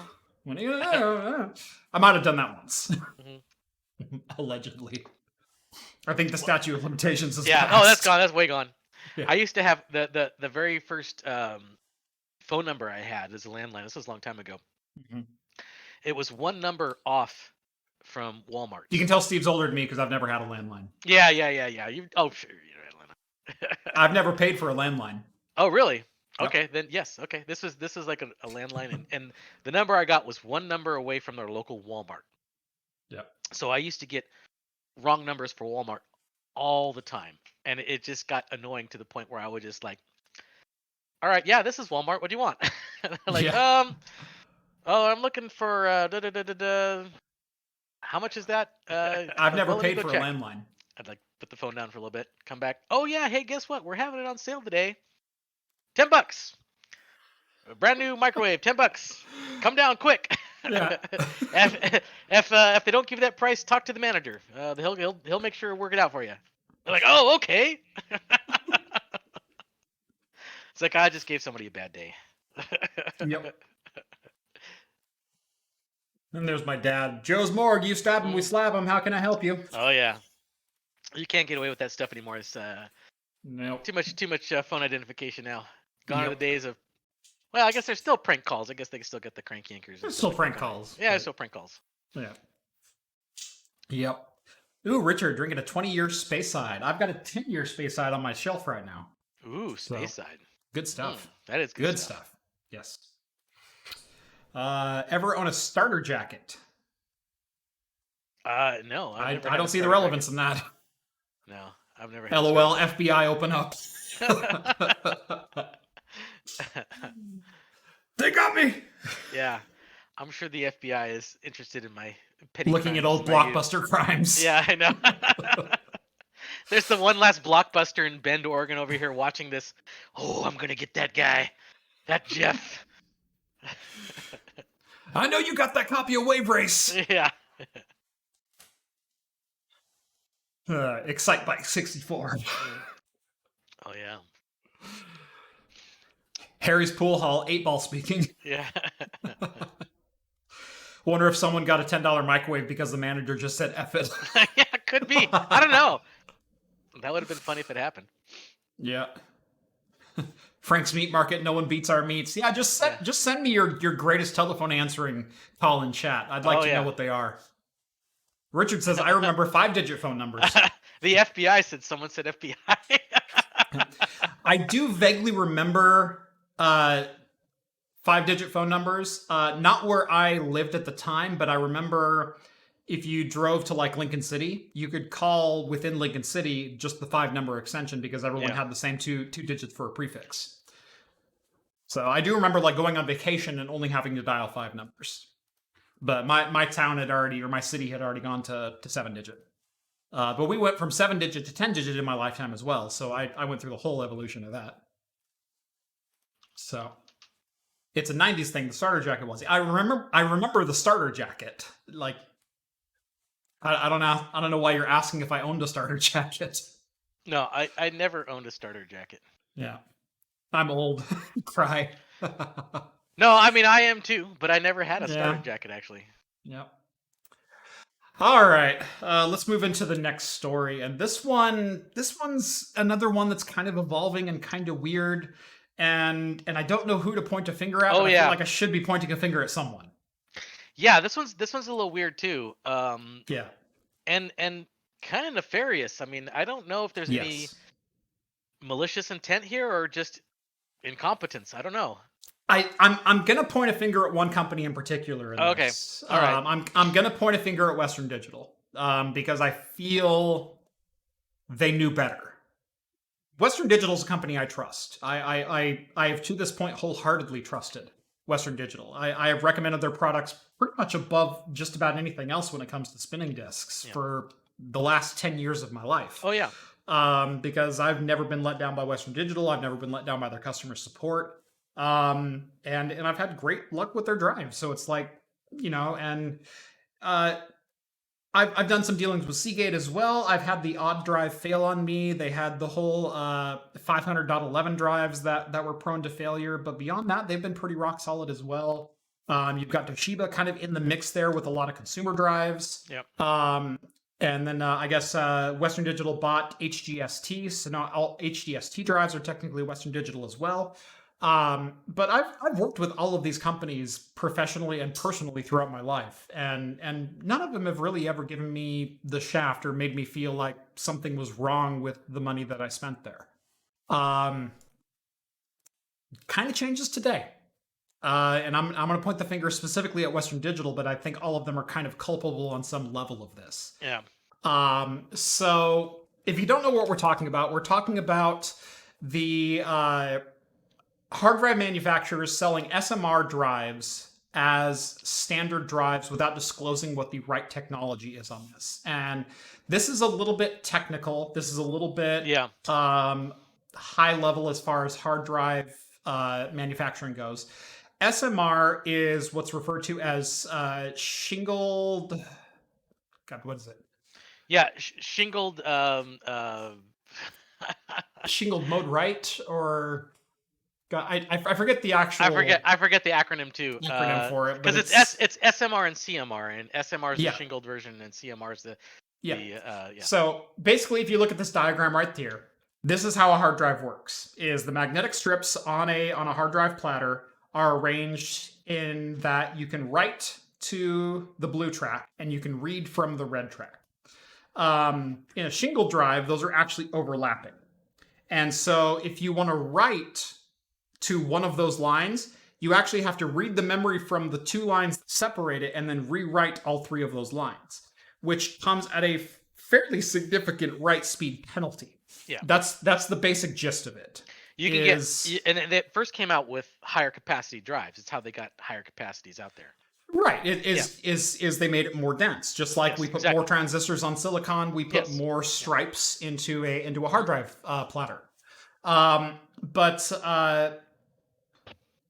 a traditional drive, a CMR drive, has basically read and write paths that I can read in one swipe and write in one swipe. And the head is only doing one thing, and it's not overwriting anything while it's doing it. Well, on a shingled drive, when they're overlapped, not only do you have to write the data once, you have to read the data from the surrounding lines on that, and then rewrite that as you go over the top of it. So you're basically taking one write execution and turning it into 3 write executions. Yeah. And all of that data has to be held in cache. And if you're writing a crap ton of data, that cache can dry up. Yeah. And you can be left with, waiting for the operating system to send you more data.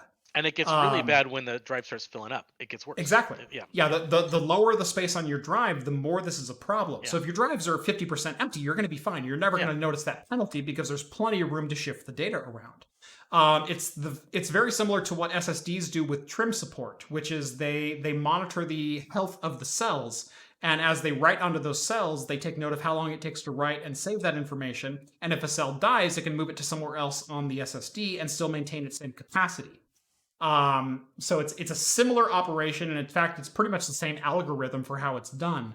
But for hard drives, it's done on that I have to keep track of where all those zeros and ones are, and if I move this little section over to this line over here, I need to know that I moved it. Right. And if I'm writing one line of information, I have to write the 2 surrounding lines of information around that as well, because those are going to be overwritten as I pass over with the drive head. So you get a huge speed penalty at that point. Exactly. So speed penalties up to 3 or 4 times in some cases. So that's the issue of SMR in a nutshell. Now, SMR is not a bad technology because, as Steve said, it allows you to get denser hard drives and more capacity out of a hard drive, but it does come with a pretty significant write penalty. Yeah. And these drives should also not be used in RAID applications.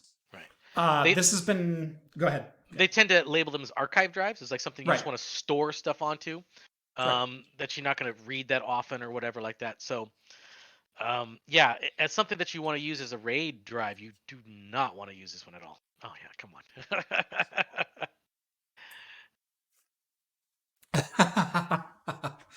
Stop fingering your eye holes on your cup.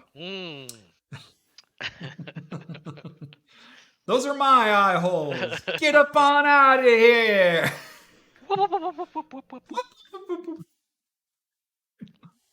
John Zoidberg. Sorry. And we're back. Yeah. Anyway, again, there's nothing inherently wrong with that technology. No. And for consumer drives, you never notice the difference because a lot of times what you're doing on consumer drives is smaller data anyway, and you're using it just to store files on a single PC on a single drive and then reading that information back. It's really not a big deal. Yeah. The problem is when companies start to market these as NAS drives, as drives that are built for NAS functions. And when I think NAS, I don't think one drive on a NAS. You're thinking RAID drives. I think like 6 drives or more. Yeah. Which implies RAID. Now, the reason I'm pointing a finger directly at Western Digital is Western Digital has been marketing their 2 to 6 terabyte Western Digital Red drives as NAS drives. Western Digital Red is the series of drives that Western Digital says are NAS compliant or NAS optimized. Mm-hmm. Okay? However, their 2 through 6 terabyte Red drives are SMR. They're shingled. It's not a problem until you start to fill up the drives. Yeah. And then all of a sudden you have to start moving memory around and finding places to put exact pieces of data. So think of your zeros and ones in a chain, and you have to find a place on the drive that has enough free space to put that chain, or you have to free up enough space on the drive to be able to put that chain and move the data that you just overwrote from that chain to somewhere else that it'll fit. And the longer and fuller your drive gets, the more complex that operation is. And that speed penalty comes into play. The speed penalty comes into play. Your cache fills up. And if your drive freezes for more than 60 seconds saying, whoa, I can't take any more write data because I'm still reorganizing my shelf, your RAID will think your drive died. Yep. And it will mark it as a failed drive, and it will stop writing to it. Now, here's the even bigger problem with that, is if you go to rebuild your RAID, so I go, oh, I got a faulty drive. Oh, no. Rebuild it. Take the drive out. I put another identical drive into it, and I close it, and I say, okay, rebuild my array. Guess what? By the time it gets to the end, it's going to be... that new drive is going to be hit with write penalties, or your older drives are also going to be hit with write penalties, because remember, they have to reassemble all of their parity data. And so all of a sudden, all your other drives are reorganizing all of their stuff. And if another drive fails in your RAID while you're rebuilding your RAID is toast. Yeah. And the reason this is a big deal is because Western Digital is marketing their 2 to 6 terabyte drives. So that's 2, 3, 4, and 6 terabyte drives. They're red drives as NAS ready drives. Yeah, but they're SMRs. They're SMR. Now, Seagate and Toshiba are still culpable of some of this, because Seagate has their Barracuda 8 terabyte and 5 terabyte desktop hard drives that they do not mark as being SMR enabled. So they are just advertising them as drives without disclosing the technology that they use to write to them. Same thing with Toshiba. Toshiba has their P300 4 terabyte and 6 terabyte, and people are still working on identifying possible other drives that are in similar series or other models of drives that are affected by this. And it all comes down to the drive technology and basically the drive head that's on these platters that is causing this issue. Yeah, shutters at resilvering a full SMR RAID. All you mother shuckers, all you fans of Bite My Bits who are going to Best Buy and buying the Western Digital drives and you might be buying SMR drives. Yeah, you probably are, actually. There's a good chance you're buying SMR drives, is kind of what this discloses as well. If you went to Best Buy and all of a sudden you're buying 8 Seagate drives, 8 terabyte Seagate drives, and you're gonna pull them apart. Oh, look, it's a Barracuda. All right, and you put it in your RAID array. If you're not filling up your RAID array, it's fine. Once you hit 80 to 90 to 95%, you're boned. You might be boned. You might be running into some problems. Yeah. So, that's one reason I'm not a mother shucker. Is I don't mind paying a little bit extra to know I get an enterprise grade drive that is going to last for the length that I want it to last. And it's a more expensive route to go, but it is a more stable, secure, and warranty-enabled route to go when you do that. Yeah, actually, they were saying that the ZFS was one of the file systems that does not play well with the SMS. Or, yes, SMR. Yeah, SMR. Yes, yeah, ZFS especially is prone to these write errors.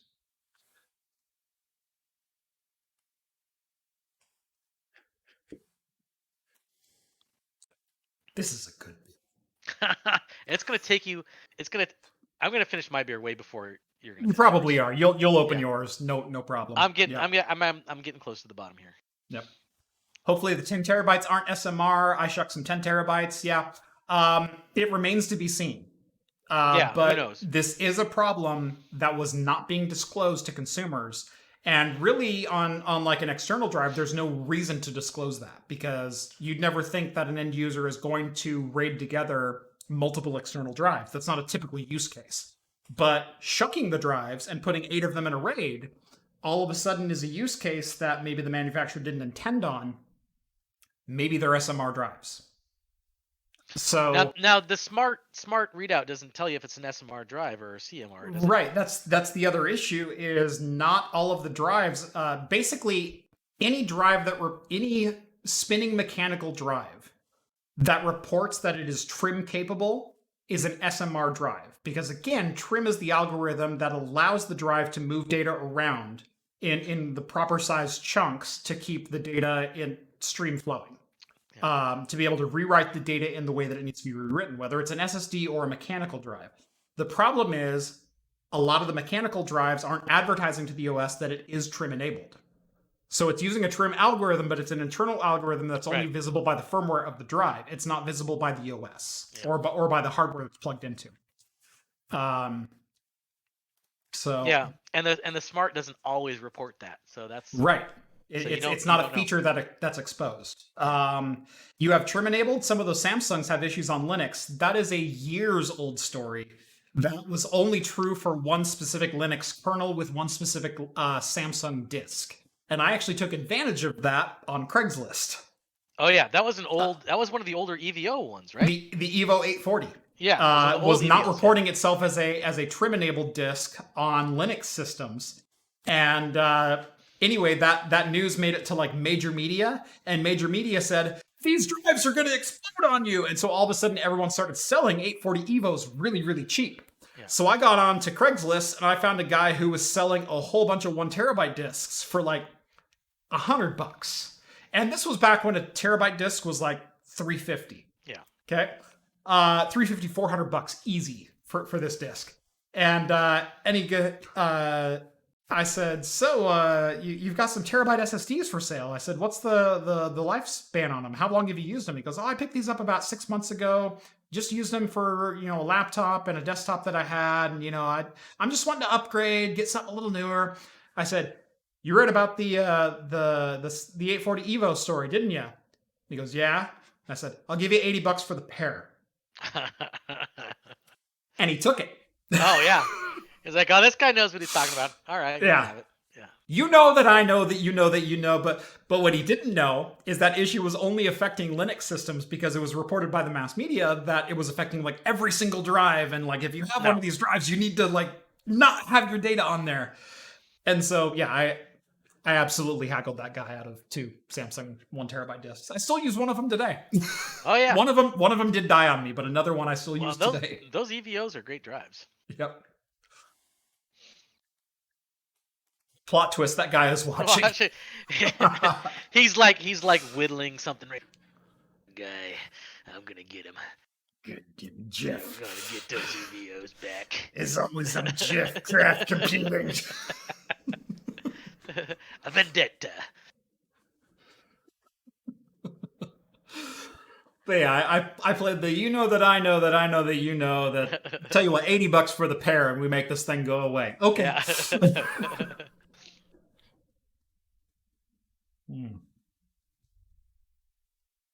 All right, what else we got? Oh, I wanted to give a shout out to Lawrence Systems.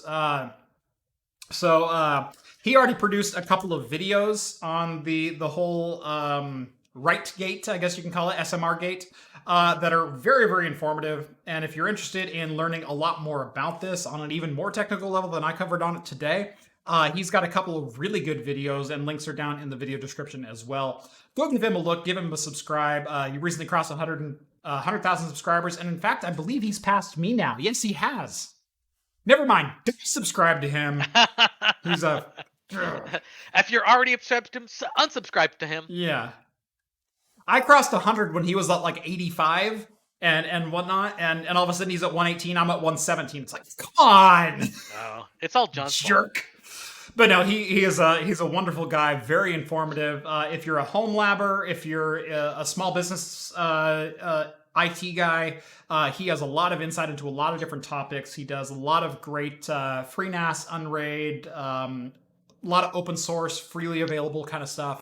That is very business valuable information. So go give him a look. And he's a very valuable resource to have on your list. I think a lot of people are asking if there's a way to identify if your drive is an SMR. The only one right now is if your drive exposes that it has trim support and it is a mechanical spinning disk. That's now, probably a good report. Yeah. In the article that we posted, there are a couple of different exact drive models. So the Western Digital 2 terabyte to 6 terabyte Reds, yes, they are SMR drives.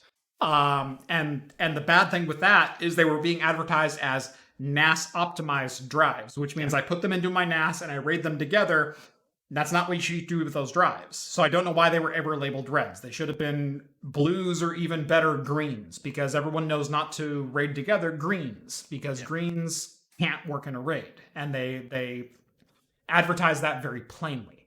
I've tried to RAID greens together before. They didn't work. Even in a RAID 1, they didn't work, and I was really disappointed by that. I had a couple of 3 terabyte Seagate or Western Digital green drives, and I tried to RAID 1 them, and they failed.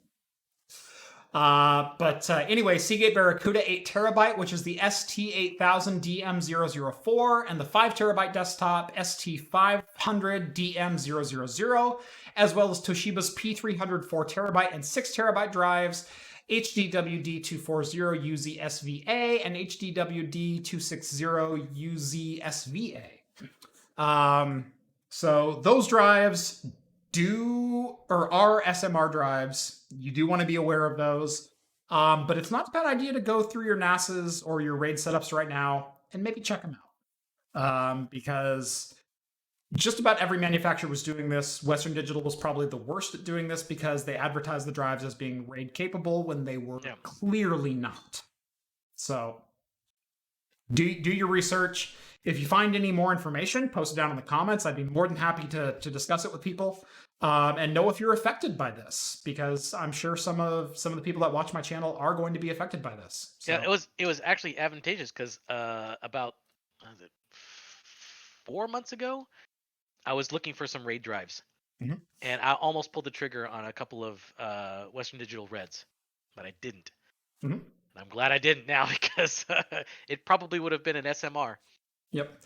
Even for my home server, I typically lean towards genuine enterprise drives. Now, unfortunately, Western Digital Reds are genuine enterprise drives. They're used in enterprise, and I'm really disappointed in Western Digital because of this. Like I said, they're one of the companies that I very, very much trust and have had a great working relationship with.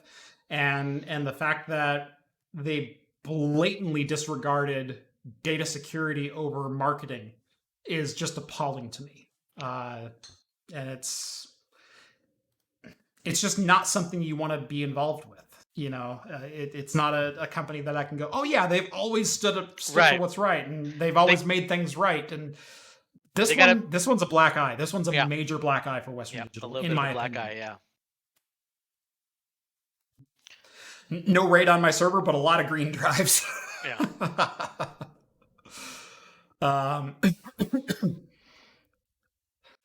I feel like Western Digital is playing the long game on all the mother shuckas. Wait till they find out all these drives are SMR. There's actually something to be said for that. That maybe that was the intent. Yeah, but yeah. Most of my drives are HGST Enterprise refurbs, and Skull says that as well. I use the HGST Helium drives. They're helium filled. Even refurb, they come with 5-year warranties, and I haven't had to refurb or RMA any of those yet, but I know Western Digital will stand by it if I had a problem, and I have proof of purchase for all of them. I have them all serialized. I know what they are. I know when they were installed. And that's why I bought those drives. So, Reverend Arrow, Lapse in technician.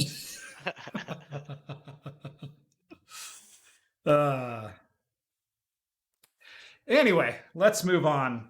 I think that's all the tech news we have. We're going to get into a little games and entertainment now. Facebook is launching a Twitch competitor. Yeah, which doesn't really surprise me. They stick their fingers in pretty much everything nowadays. So why not try to overtake Twitch? I'm sorry. I don't have eyes on mine, so well, you can't tell how far I've drank. I can't finger the eyes on my goblet. You can't do it. I can pick the nose too. Look at that. There you go. Yeah. Steve, this is a family show. Oh yeah, sorry. I will stop molesting my cup. Anyway, Facebook has developed their own gaming app, and they are launching it on Android and iOS. Android version has already launched, iOS version coming soon. Now, the Surface itself is not launching for another 2 months, so it's kind of curious that the app is already out. Beta testing, maybe? I have no idea. I don't know. Yeah, but it says Facebook's dedicated gaming app is out live now on Android months before its planned June release. So I don't know if the service is live now or simply the app was released early. I'm really not sure on what happened there. Maybe they'll let you stream all those awesome Facebook games like the farming ones and oh yeah, Farmville and Candy Crush. Yeah. Well, no, I'm gonna sit there and stream some Vegas slots for 5 hours. Just sit there.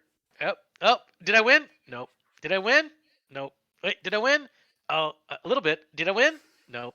Did I win? Nope. That's some riveting content there, Steve. It's going to be great. Everyone's going to love it. I will say a good chunk of my wife's family is hooked on like this slots game for mobile. Yeah. I have no idea what the game is, but I will walk into the room. My wife hasn't been in the room in 2 hours, but her phone is sitting on the bed automatically playing slots for her. Just spinning, yeah. Spinning. And I'm like, How is this possibly enjoyable? Oh wait, I played Space Trader pretty much the same way for Palm West way back in the day. I get it. I get it. Well, I mean, there's some out there. There's a few that I know of where they're actually linked to casinos in Las Vegas, and then if you play them enough, like a lot of them will have daily rewards, and then if you play them long enough, you get like discounts at Vegas restaurants and stuff like that. So if you play them enough, they'll give you something, right? Yeah. But but this isn't anything like that. And it's like, what did you win? Oh, I won $38 million on this one spin. Okay, all right. It's not real money. Right. If it was real money, I would understand, but I'm up to 7.2 billion. Yeah, everyone wins. It's addicting. That's why it's a game. Yeah, I know. You can also read all your contact information. Well, that was I used to know a friend of mine that I used to work with. I met him. He used to work for a lot of the companies that write the software for these casinos and for these slot machines. Mm-hmm. And the oversight and the QA that goes into these things is just astronomical because some programmer could code in some kind of like key combination or some kind of trigger or something like that where he can down, left, right. Exactly. He can do something that's like, oh, jackpot. Oh no, how did this happen? No way. No way. Whoa. So there's just extreme security around these things. But when you're releasing these things on these phones, like these slot machines, there's nothing like that. They can do whatever the hell they want. Right. They could be like, oh, there's 10,000 people playing this particular slot. Well, the odds go down to crap. Or they could have it go up. Right? It doesn't really matter. I mean, they can do it's free reign because they're not dealing with real money at this point. Yeah, there's no regulation. There's no real money. No regulations to know anything like that. So it's not indicative of any kind of real life playing a slot machine. Bjorner says, I love Space Trader. Thank you, someone who remembers Space Trader. The Space Trader was fun. I remember it was Space Trader. Great. I loved Space Trader. Yeah. Because you start out as like this little one-man ship with like 3 cargo bays, and you like buy and sell water between planets, and eventually you can upgrade to like get weapons and shields and stuff, and then you can start selling weapons between planets, and then start spelling like drugs between planets. Oh yeah, it's very reminiscent of Mule. You remember the old Mule game? Yeah, Mule, Drug Wars. Yeah. Or Dope Wars, excuse me. Yep. Yeah, that was like my Dope Wars. Yeah. Dope Wars, Mule, all those things. Yeah, I used to have to ride a city bus 40 minutes to get to high school, and so I used to play Space Trader pretty much the whole way there and the whole way back. So yeah, Space Trader was my jam. Yeah. Might have just gave away my age, but that's okay. Wait, so Palm West 7 came out in... Yeah, there's someone doing the math right now, I guarantee it. Palm OS 7, rode the bus to high school. They'll figure it out. Yeah.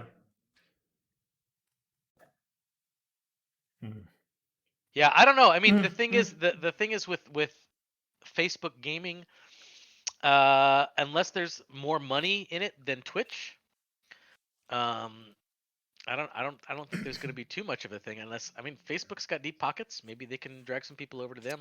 Well, Mixer has done kind of the same thing. They've been paying players to come over and play there. Yeah, they got Ninja, right? They got, what's his name? The big Fortnite guy. Ninja. Yep. Yeah, they got him to bring over. Yep. And, Facebook's got money to do the same thing. So if they really wanted to, they certainly have deep pockets. They do. Yep.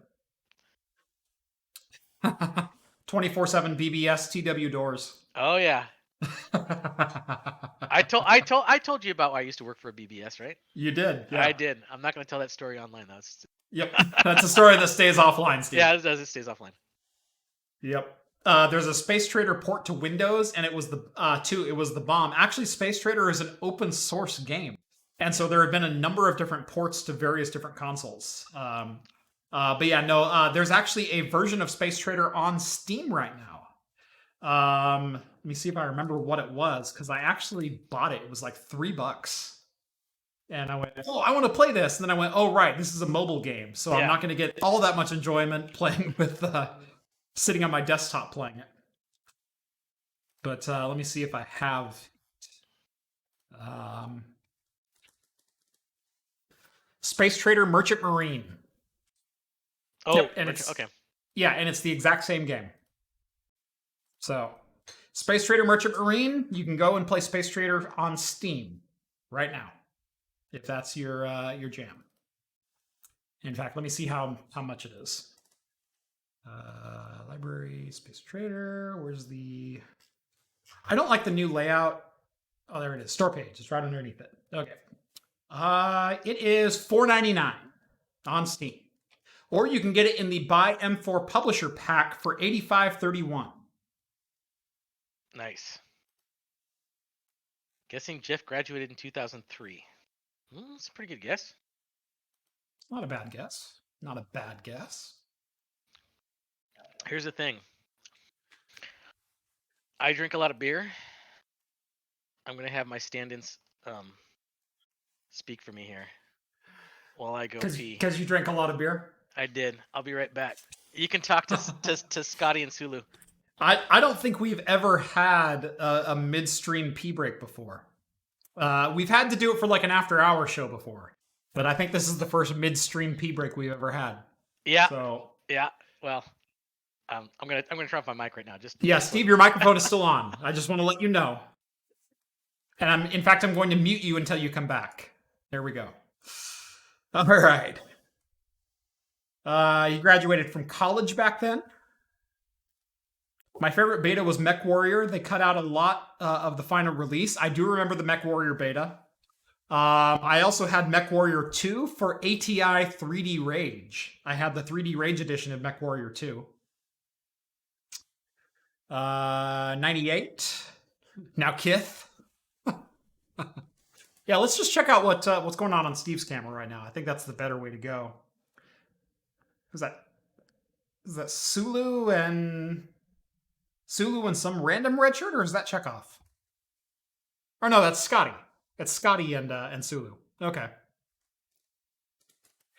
Anyway, let's get on to the next story here. So, the Bob Ross streaming channel is actually coming to your smart TV. And by that, we mean that Bob Ross will be streaming essentially 24/7 on air to a lot of smart TVs.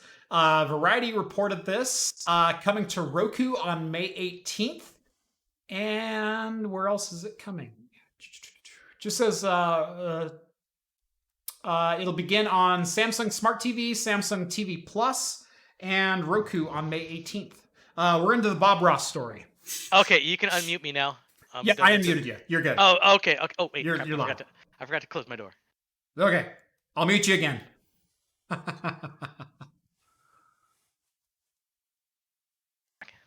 Reverend Arrow, $2, donated or graduated high school in 98 or 99. It's another good guess. I doubt anyone's going to guess. I doubt anyone's going to guess. No one's going to guess that. And even if you do, I'm just going to tell you a good guess. Yeah. So, anyway, so Bob Ross channel. Basically, the Bob Ross, what is it? Bob Ross hosted 31 seasons of The Joy of Painting between 1984 and 1994, just before his passing from lymphoma in 1995. While the Soothing series was popular in its day, Bob Ross has seen a resurgence in popularity in recent years, including a marathon Twitch stream that attracted over 5.6 million viewers. Oh, yeah. You can still catch Bob Ross episodes on Twitch, where they regularly attract thousands of viewers at a time. But yeah, so a 24/7 streaming service of Bob Ross, the Joy of Painting, is going to be coming to your Samsung or Roku Smart TV on May 18th. Oh yeah, everybody loves a Bob Ross. I mean, painting happy little trees, that's timeless. Happy Doesn't matter. Trees. Oh yeah. For me, it was always the happy little bush. Oh yeah, even that too. 20, 30, 40 years from now, it's still going to be relevant. People are going to be still watching Bob Ross. I love that his channel ended 26 years ago. He passed away 25 years ago, and he's still that popular. Oh yeah. Where's the next Bob Ross? That's what I want to know. There's going to be a Bob Ross the next generation. After this stream, there's going to be, once afros come back in style, there's going to be a Bob Ross the next generation. Sorry, I have a correction to make. That was Regan Lyle, not Reverend Arrow. I said Reverend donated $2, graduated 98 or 99, and then he donated another $2 and said, I stole Reverend's identity. Okay. Regan is the new moderator now. Yeah. Reverend had a comment right above you, and I read his name and then glanced right over the $2 donation and went right down to your comment. So that's awesome. All right. Anything else to say on Bob Ross on the Bob Ross 24/7 streaming channel? I mean, I've watched a couple of them. I've never actually tried painting one of them. Neither have I. Actually, some of the most interesting stuff that I've seen about Bob Ross, or like Bob Ross seeing like a resurgence in the last 5 years, has been Bob Ross painting with like Google Brush in VR. Like people are like VR painting like Bob Ross paintings. That's pretty cool, actually. And like creating like 3D landscapes, Bob Ross style. And that's been one of my favorite things to watch. That's pretty neat, actually. I kind of like that. That sounds good. Yeah. As long as it's not like feminist Bob Ross where you paint with menstrual blood.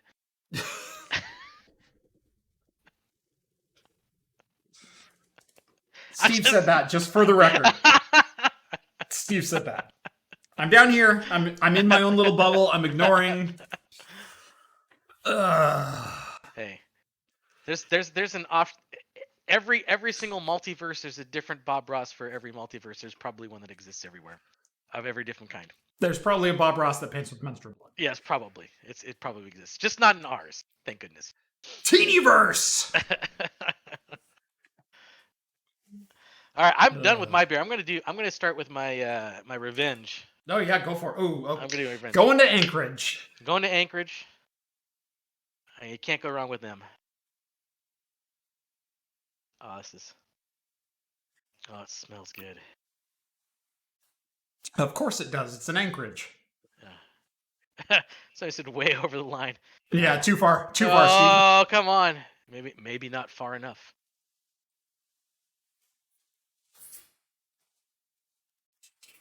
The Bob Ross energy drink is terrible. it just has a tinge of oil in it, oil painting. It's a happy little overdose right here. Yeah, here we go.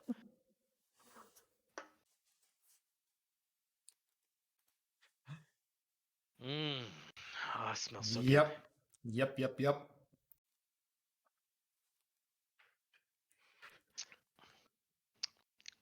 You know, this smells better, but I actually like the flavor of this one better.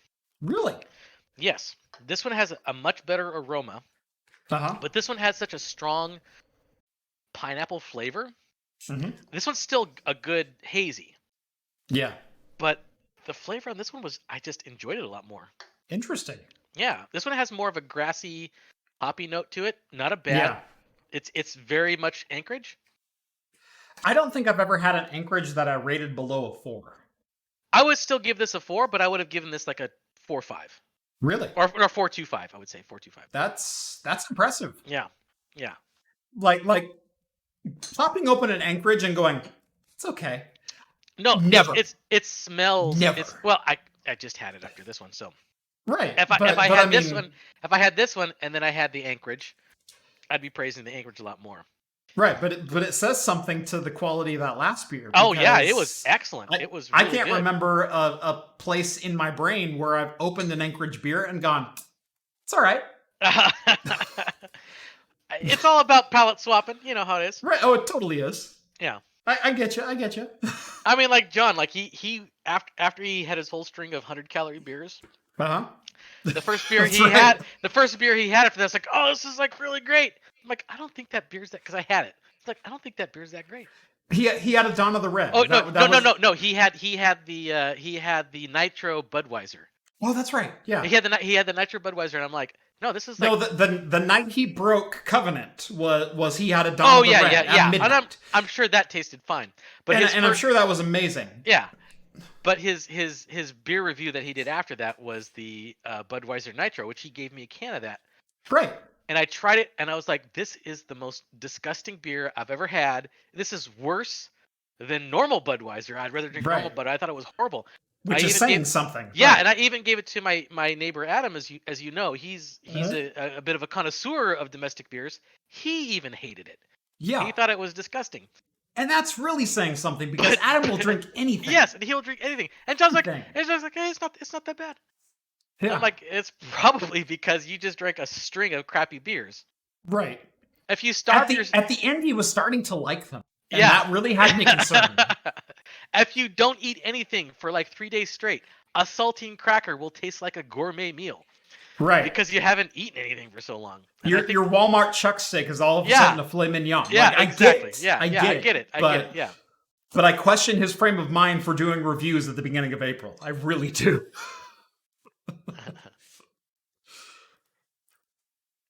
So, at Hops and Brews, they talk about you. Yeah. He knows. He doesn't care. He knows. Yeah. But no, it just caught me off guard that you opened an Anchorage and went, it's okay. Oh, don't get me wrong. It's a very good beer. But like in comparison to the last one, I find it just slightly lacking. It is a very good beer. And like I said, like when I'm rating on Untapped, I go like 4.5 down to like 2.0. Yeah. And I've only rated a couple beers down below a 2.0. I've had one that I rated a 1.5. Yeah. And I think that's as low as I've gone because it's like I can see where someone would like this. Yeah. And I also know someone would find something they don't like about this one. And so I'm always cognizant of that. And so I never give a perfect score, but I never give like a bottom of the line score either. Right. My problem with people is everyone always rates between 3 and 4.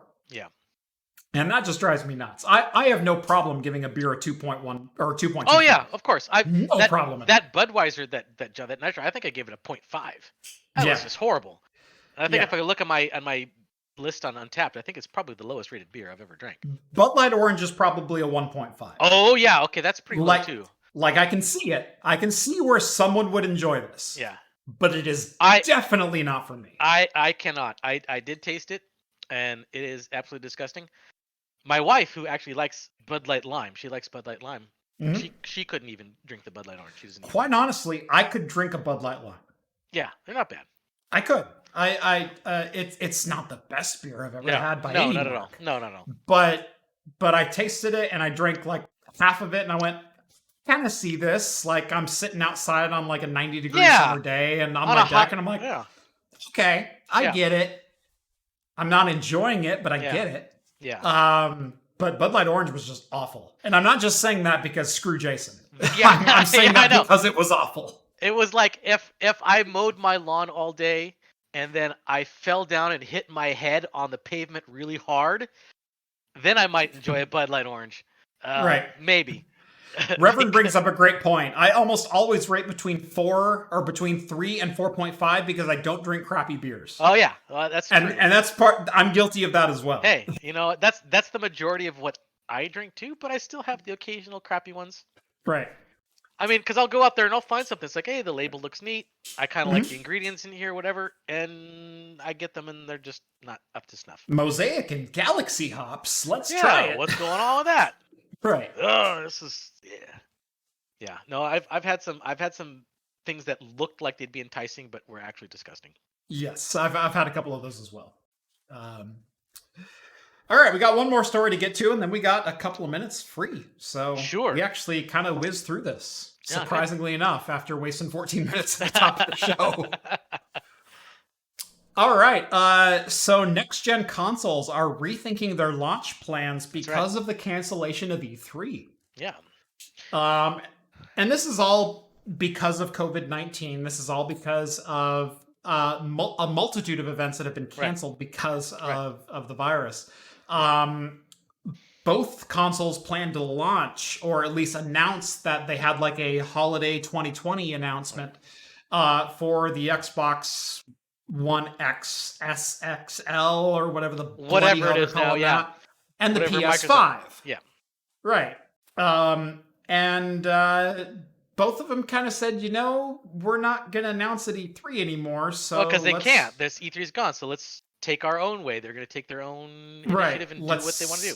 Let's set our own announcement date. Let's make it pomp and circumstance. Let's get the news out there that needs to be gotten out there and kind of beat our own drum a little bit since no one else is going to be beating it for us. Yeah. And so that's kind of what they're doing. And it's kind of interesting because if you think back, And that was the whole thing that's kind of disappointing about the E3 cancellation, is because it's really exciting when there's big announcements, right? Mhm. And this year's there's going to be a bunch of big announcements because they have 2 new consoles being released. And if you remember back when the Xbox One and the PS4 were announced, they were both announced, or not announced. I mean, everyone knew it was coming, but they didn't have Mhm. the big, marketing push until that year at E3. They did it like a day apart. Microsoft did theirs first, and then Right. Sony did theirs second. Microsoft got shat on after their announcement for the Yeah. Xbox One, because honestly they were actually kind of forward thinking, because they're thinking, well, you're going to have online connectivity and stuff like that, which is pretty much people have accepted that now. You're going to have online connectivity, Right. but the negative press only lasted a day because Sony came out with theirs, and then they saw what Sony said, and then Microsoft backpedaled after that, like, oh, oh no, we're gonna Oh, you rethink can this. buy used games again. It's like, Don't oh hate yeah, us. yeah, please don't hate us. Yeah, we're gonna rethink this whole thing. So now they have to rethink their whole strategy, because if they totally botched their marketing on this thing, Mhm. because they came too quickly, they're gonna have months and months and months, or weeks and weeks of bad press until Sony comes out with whatever they say. Right. And if it's just as bad, then maybe they'll be okay. But if it's better, then Microsoft has to backtrack, and they're gonna have this whole, it's gonna be an interesting time to see what happens. Is anyone really going to hate on any one of these companies for killing used game sales through GameStop, because GameStop's kind of on its last leg? Like, that was the thing that kept used game sales afloat, was, well, I can go down to GameStop and I can get a game for $3 less than retail. I think the whole people who love physical media, and I get that. I get the whole collectability of it. Guilty. I totally do. Totally guilty too. I have a shelf full of old boxes over there with collectible stuff. I have boxes full of old game Right. boxes and CDs and everything else. Like, Yeah. I'm a lover too. Yeah. It's okay. But there's ways to work around that. I mean, in the future era, we can have like collectibles where they have things that go with it. To be honest, though, collectibles are way more expensive. I think what and of course it comes with a lot of controversy with the Fallout 76. Everything they released for their collected edition was controversial. The rum, the backpack, the helmet, The canvas backpack. everything. Yeah, everything they put out. Yeah, everything they put out was supposed to be premium. It ended up being junk. So the cheap rum with a plastic cap. Yeah. There's pitfalls that go along with that as well. Right. But if you do it right, I think what was it, the who did the whole full dragon thing? I think, was it Witcher 3 or something? They did a pretty good collector's edition that was actually kind of worth it. Fallout 4 was a decent collector's edition with the Pip-Boy with that'll the hold your Pip-Boy smartphone. thing. Yeah, people wanted that. That was sought after. I mean, it wasn't, they didn't cheap it up. So there's still something to be had out there, and you can still have a digital I have a Corvo Atano Dishonored mask, and I'm really disappointed it's not an actual mask I can wear. It's just like a wall hanger. Right. Like, it looks really freaking badass, and I'm happy to have it hanging on my wall, but I'm kind of ticked off it's also not a mask. I mean, and it's also the same thing too. It's like before, when you didn't get the collector's edition, you just had like a box. Mm-hmm. When was the last time something that where just the box was a collector's edition? You have to go back to like the 90s and early the 90s and the early 2000s era, where just the plain boxes were something. You'd probably have to go Halo 3. The Master Chief helmet that came over came on top of the DVD. I'm talking not collector's edition. Just the box itself. Just the box itself. You've got to go SNES era. You've got to go Chrono Trigger, Final Fantasy 2, Final Fantasy 3. Exactly. You've got to go back to like that era where having the box makes it 3 times the value. Exactly. So digital makes sense now, and then if you can buy something physical for the collector's edition, and they ship you the collector's thing, you still get the collector's item. So bricks and mortar stores for video games, if it goes away, it's not a big loss, I guess. But I mean, I guess the last midnight release that I went to was for GTA 4. Oh wow, that's a long time ago then. Right? Yeah. I never went to a midnight release, but I did wait up until midnight to download Half-Life 2. Yes. I did wait. I did that one as well. I hit refresh until it came out. Yep. And then when it came out, I played it until like the next morning, and I beat it like in one day. Yep. And then I played it again over like the course of a couple months. But Yep. But that was good times. So yeah, it'd be interesting to see how the marketing strategy works without a big marketing conference to get behind it. Yeah, totally. So yeah, interesting times for games, and kind of a forced hand to enter the 21st century, saying maybe not have a conference, just announce your games and announce your console and move on. Yeah, yeah. See what happens. Brave new world. All right, that's all we have for the news tonight. We do have probably 10 or 15 minutes left. If anyone has any questions, any news we didn't get to, anything you want to know about, the show is now yours, and I'm going to sit here and enjoy this beer until someone asks me something. Oh yeah, I still got half a mug worth of my Anchorage. So I'm actually almost all the way through my Pirate Stout. worst reason to get arrested over? Well, there's plenty of examples now. I think. Are you talking about my personal record or Steve's? Well, I mean, I did get arrested once, but it wasn't anything I did. I haven't been arrested. Can you tell the story online, or is this? No, I can. I can tell the story. This is way back in high school. So, a friend of mine, I went to school one day, and this is. God, I'm gonna date myself so bad with this. This is before the days of cell phones. Everyone had a. Steve is older than me. Yeah. Steve is older than me. Yeah. So he got these like really good high-end walkie-talkies like that would go across town. We can communicate with each other across town. And he says, "Hey, I just got these. Here, to have one, and we can chat, whenever we want." I was like, "Hey, that's cool, dude. We can do that."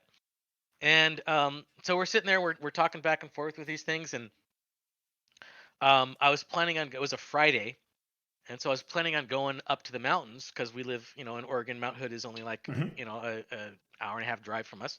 Yeah. I was planning on going up the next day to go skiing. And so I was like, oh yeah, I'm gonna go skiing. I'm gonna go gas. I'm gonna go to the Arco down the street. And so I go down there, and I'm sitting there filling gas. I'm still chatting with my friend. I'm like, oh hey, there's a cop pulled up behind me. Hey, look at that. It's like, oh, there's a cop that pulled out in front of me. Hey, look at that. And all of a sudden, my friend stopped talking. And the cops came to me because apparently my friend had stolen these walkie-talkies from a construction site that was next to his house. Jeez. And he had given them to me. And I'm like, oh. And and so they arrested me because I had stolen property, and they were monitoring the channel. Yeah. On the walkie-talkies. Wow. Waiting for people to say where their location was. And I had happened to say I was going to this gas station to fill up for gas, so they went there. And I'm like, I had no idea these things. He didn't say that they were stolen. I had no idea. Yeah. And so he finally did say, he came up and he says, yeah, I never told him. Yeah. I just gave them to him. I gave them to this friend too, and so he ended up having to give them all back and everything like that. And it was fine because he ended up returning them, and I don't think they ever pressed charges or anything like that. But I did get handcuffs put on me, and I did get put in the back of a squad car. Yep. I've never had that bad. I've been pulled over before in a car that I had just bought that had changed hands like 4 times, and so they really needed to make sure it wasn't a stolen car. Mm-hmm. Because the DMV record like wasn't straight in the system. And by the way, Oregon's DMV system runs on COBOL. Yeah, not even joking. I wouldn't doubt that at all. Not even joking. But so I had to wait on the side of the road for like an hour and a half while they made sure my 82 Escort wasn't stolen. Yeah, so that was fun. That was a hot item. An 82 Escort has always been a hot car. I did get pulled over one night by some of the local PD, and they were basically just pulling people over to see if they were drunk. And it really ticked me off because at the time I wasn't drinking at all. Like I never drank any time ever. Yeah. And I pulled up to a stoplight, and I know there's a car sitting across from me, and this is like 11:30 at night. There's a car sitting across from me with its headlights off. I'm like, well, that's weird. Yeah. And the light turns on, and he's in the lane to come across the road, and I'm in a non-protected turn trying to go left on the highway. And I'm looking at him, and he's not going, and my light's green, and he's not going, and I went, okay. And I waited like 10 seconds, and he wasn't pulling out, so I just kind of pulled out. And I look in my rearview mirror, and sure enough, that cop pulls out, turns right, and starts coming towards me, still with his headlights off at 11:30 at night in October. Wow. Right. Yeah. Like there's no daylight. Like Yeah. And he follows me all the way in. At the time, I was living in a mobile home park, and I pull into the mobile home park, and he pulls in right behind me, and right by our mailboxes, he flips on his flashers, and then his headlights. And so I stop, and I went, "What the crap?" And he walks up to the window, and I say, "Evening, officer. How are you?" And by the way, I'm in a '95 red Toyota Celica, and I'm young at this time. Like I'm like 18, Wait. 19. Big Spoon wants a virtual boot right there. He wants a virtual boot. I guess. Yeah. God. Boop. You have to have it coming from off camera and like. Yeah. Whoop. Oh, that's from you. Here, let me turn this way, Steve. Okay. Now boop. No, other way. Oh, Other way. the other way. Other way. Okay, got it. There you go. Got it. We got it. Teamwork. There it goes. Oh. Anyway, thank you, Big Spoon, $4.99. Anyway, so he walks up to the window, and I say, "Evening, officer." Mhm. And I've got my hands at 10 and 2, and I know I'm like a 19-year-old kid with a little red sports car, and 11:30 at night, and I know exactly what he wants. And he walks up and he says, "Hey, I noticed after you turned onto the highway that your license plate is obstructed." And I said, "Excuse me?" Ow. He says, "Yeah, your license plate isn't reflective enough." I said, "Excuse me?" And he goes, "Your license plate needs to be seen from 150 feet away and reflected in headlights." And I said, "Is it not?" And he goes, "No." And so I said, "Okay, well, what headlights were you using? Because yours were off." And he goes, "No, we had our spotlight on you, and I couldn't see your headlight, or I couldn't see your license plate from 150 feet away." And I said, "Okay." And I still had my hands at 10 and 2, mind you. Yeah. I said, "Okay, would you mind if I got out of the car and you showed me what you're talking about?" Yeah. And he says, "No, sir, I need you to stay right there." Like, And does one of these to me. Yeah. And I said, "Okay." And he says, "Can I just have your license and registration?" I said, "Okay." It's in my front left pocket. I'm going to reach into my front left pocket now. Get it right now. My insurance is in my glove box. I'm going to reach over to my glove box. I'm now opening the glove box. Here is my insurance card. Here's my license, registration, insurance. There you go. And he walks back to his car, and he comes back 2 minutes later, and he goes, "Okay, well, you're going to need to make sure that is all cleaned off so it can be properly seen at night. And I'm going to let you go with a warning." And so I took my stuff back, and half of my brain really wanted to go, "I know why you pulled me over." Yeah. Oh yeah. Can I go now? Yeah. No, I got that constantly when I was in high school as a kid. Yeah. They just see a young guy driving around at night. Yep. Driving around in just a little bit too good of a car. Yeah. Well, actually, my car was shit. Actually. Yeah. Oh, sorry. Okay, it's late. It's after. This is Talking Heads After Dark. This is anyway, 10:04. We're good to go. We're talking. I had a cracked taillight. Someone had backed into my car. It wasn't much damage. They just cracked the taillight. Yeah. And so I'm like, oh, I'll eventually fix it. But I'm a high school kid. It's like priorities, right? Yeah. So every time I went somewhere on a Friday night, we went out with my friends. We go to, not in our town, we go to Oregon City or Salem or Portland or whatever. Didn't fail. I'd get pulled over by the cops. They'd be like, "Did you know that your taillight was cracked?" I'd be like, "It is." What? I'm like, what? I have no idea. Can you? Is it the left or the right? Can you tell me? It's like, "Oh, come out here and look." Oh, okay. Well, officer, I'll take that. I'll get that taken care of. I'll get some. Who the hell? God, it's like, God dang it! It's like I was just out here for a couple hours. Oh man. Yeah. No, it never failed. They would I think I got pulled over like 5 or 6 times for that. Yep. Never got ticketed for it. because it was always in a different city or something like that. But they're just looking for that one little infraction Yep. that they can pull you over because it could be something bigger, right? As long Right. as if you act like an ass. What was or yours if you also the resist- small town just north of the town that you currently live in? No, it was always a bigger city. Because it's always the one town north or the town just barely north of that. That's Yeah. even smaller. Oh yeah, no. Those are where I always got pulled over. Well, you Was always those get two. that's where you get the people who have the ego trip. They have the power Yes. trip that they Yes. feel like So there's the town of 20,000 that we lived in for quite some time. There's a town just north of that of 2,000, and there's a town just north of that of 800. Yeah. And typically you were fine in the town of 20,000 as long as you were obeying every law and you use your blinker and all that kind of stuff. You would get pulled over at random at any time at night if you drove through in these other two towns because they're looking for the drunk guy who's not like weaving, but they want to like pull you over for like, oh, your taillight's out. Oh, sir, have you been drinking tonight? Yeah. And that was always the thing.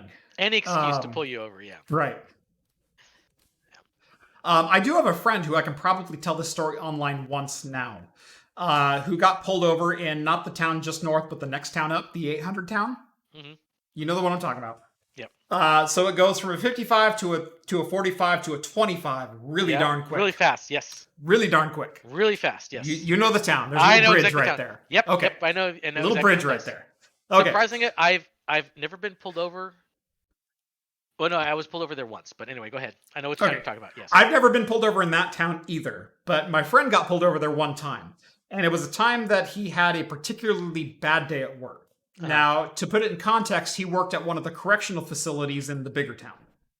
Okay. Are you on board? Yep, I know exactly what you're talking I about. don't want to give away names or locations or anything like that, but I'll get. He worked at the correctional facility in the bigger town. Okay. And so he's driving north to his house.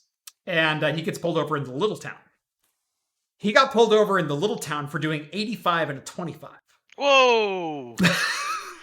That's almost jailable. I mean, that is jailable. That's beyond jailable. Yeah, 21 and over is jailable. Like if you're doing 46 in there, you're probably not leaving with your car. Right.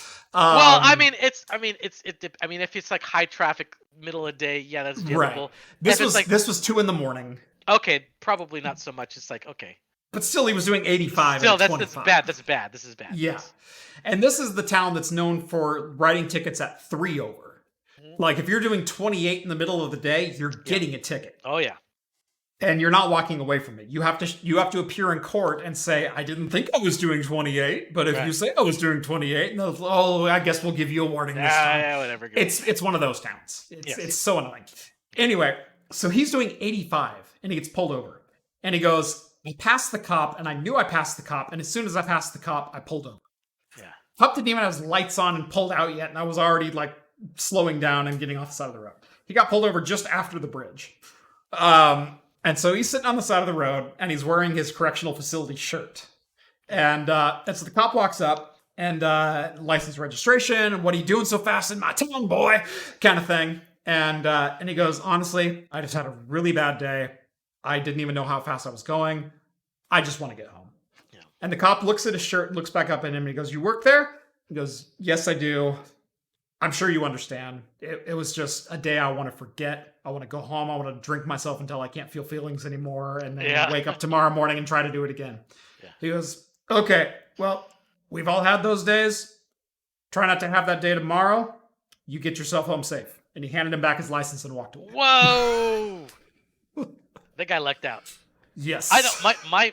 My brother lucked out of a DUI once too. That was very, very similar. By the way, Richard Bogan, $10 donation. Thank you so much. Richard no comment, Bogan but thank you so much. doesn't want to say anything. Yes.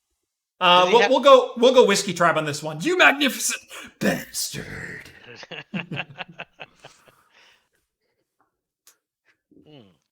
Thank you, Play Richard. Team Fortress 2 is safe, no virus. Okay, maybe there was an update. I'm guessing that there was. Okay. If you were forced to choose at gunpoint whether you would take a GTX 1650 G5 or a Radeon 7, are you freaking kidding me? Yeah. 16 gigs of HBM2 on a Vega 7 nanometer? Of course I'd take a Vega. That's much better. How high are you when you wouldn't? Well, if the gun that was being pointed at you was from an NVIDIA representative. That might change the situation. But you know, I've met not the top dude, but the second top dude. I've shaken his hand. I've been walked through a presentation with him personally. I'd still take the Radeon 7. Your 1650 is crap and you know it's crap. And he'd go, fair enough. yes, Skull's Yeah. brother, one of 25 of them. Yeah, we do have a lot of brothers in our family. There's quite a few of your clan, There's we shall a bit, say. yes. I can't even keep them straight. How many are there? 7? Yeah, if you include the sisters. Okay. Yeah, I was yeah. including the sisters. Yeah. There's a few of them. Yeah. 7. Okay. We I can never remember. We spread You're our the seed second oldest, right? third oldest. Third oldest, and John's the youngest. John's the youngest. Yeah. Okay. Yeah, that's why I couldn't remember if you were second or third. That's why we crap him on all the time, because he's the youngest. Yeah, he's the baby of the family. Yeah, but that just means he has to try harder, and he does. But it doesn't mean we still can't crap on him. We've seen all this crap before. You got to really impress us, son. Yeah, I know. It's fine. All right. Anything else we want to talk about? We got just a couple of minutes left here. Well, I still got some beer, so it doesn't matter. We can talk about whatever. I know we're done talking about Picard. That's over and done with. Did you have any quick thoughts on it that you wanted to get into, or? Man, no, you don't want to. You don't want me to. I said quick thoughts. The only quick thought I have about it is the more I think about it, the less I like about it. That's really the quickest. Yes. There's just I've kind of gone the other way. The more I think about it, the more I liked it. The more I think about it, the less I like about it, honestly. Is there anything else that you've been watching lately that you would recommend that you think is pretty decent? Not really, because I don't get a lot of TV time. I've been being a YouTuber is not all it's cracked up to be, especially when you're still working full time. Oh yeah, of course. And I'm still working full time. Yes, you are. And make no bones about it, even during the quarantine, I'm still working full time and probably then some right now. Yeah. And so all of a sudden, when we got the stay-at-home order in Oregon, it was like, oh, go home, we'll pay you. Okay. Yeah. Oh yeah. And all of a sudden, I'm working 55 hours a week instead of 50 hours a week, and I'm going, what crap is this? Yes, I know. And the funny thing is with me too, I was working from home before this whole thing, all the time. Yeah. And I thought, okay, this isn't really going to affect me that much because I'm already working from home. But for some unsurmountable reason, I've become more busy. Yeah. And I don't understand why. And it's not like the sector that I work in has anything to do with it. It has nothing to do with it. And we've actually, been pretty steady. I don't understand. I feel like I'm more busy now than I was before. So it's kind of. I absolutely am. And part of my thing is I'm supporting an organization that was not work from home friendly. Right, exactly. To all of a sudden we have 2,000 work from home, employees and whatnot, and it's like that doesn't work well. And so I'm literally putting out fires every single day from that. And okay, what service do you need now? Right. Kind of thing. And I think we're kind of getting towards the end of it. We're finally starting to get a handle on things. I finally feel in a pretty good position with where we're at. But at the same time, it has been a brutal 5 weeks of getting this thing up and off the ground. Well, probably because you have to support all the people who have never worked from home before. You have to support them now. So I can understand why you would be more busy. Right. But I've always worked from home. Right. And why am I more busy now? I don't understand. I just am. I don't know. Alice actually asked a really good question here. Sorry, actually, we got to. Okay, go ahead. If you got something real quick, go for it. Well, I was going to say, I just think that because I work with in a international company. They have offices all over the world. I think why I am more busy is because the people who I work with used to work in an office and now work from home and are actually getting more work done. And then when other people get more work done, it flows down to where my department that I work for, and therefore I have to get more work. Right. I think that out of this whole thing of people working from home, I think people are going to realize that, yes, you can actually be more efficient when you work from home instead of an office. Yeah. No, and I feel that too. Yeah. Anyway, Alice asked a pretty good question. And Steve, you might have a little bit more insight into this than I do. I know I asked earlier, but would you make a video comparing the current deep learning boom with the Lisp machine boom of the 1980s? Holy moly, that is an obscure reference. Right? Wow. I mean, that's not your target audience, but that would be an interesting. I don't think machine learning is quite my target audience. No, My target absolutely audience not. is home lab, bordering on like I'm going to open up my GPUs for folding at home. That's about as far as I go. A lot of the AI deep learning stuff that you know the RTX technology is coming out with. That's kind of on the forefront of a lot of NVIDIA's doing. Right.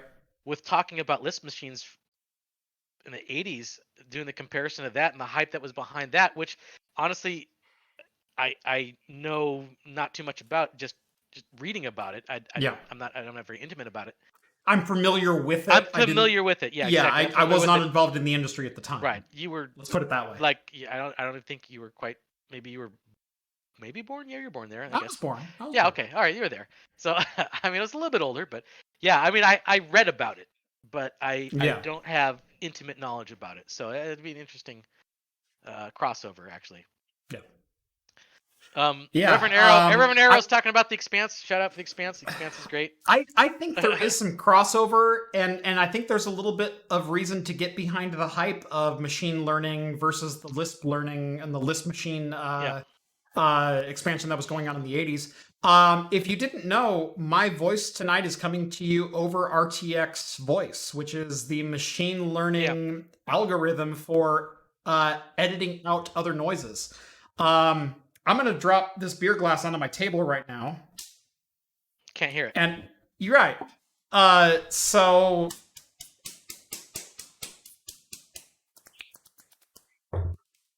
cancels a lot of stuff out. Right. Like you probably heard like a little off my fingers. You didn't hear me snapping. You didn't hear me drop the glass. You didn't hear me. Probably my favorite one is probably Keith from WCCF Tech, who had a Twitter post where he's blow drying his hair and his hair is doing this. And he's talking into the microphone and going, I'm talking while my hair dryer is going right now. And you can't tell.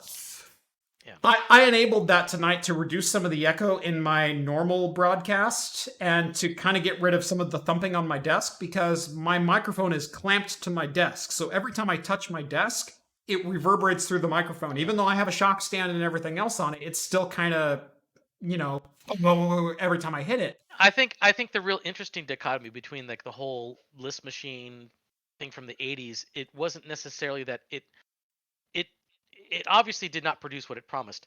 Right. But it was, I think the more interesting thing is that there was somebody back then who was forward thinking enough to know that yes, computers could do this. We might not have the technology to do it, but we're going to try. Right. And then now we're just realizing that we can possibly make some of this stuff actually happen. Right.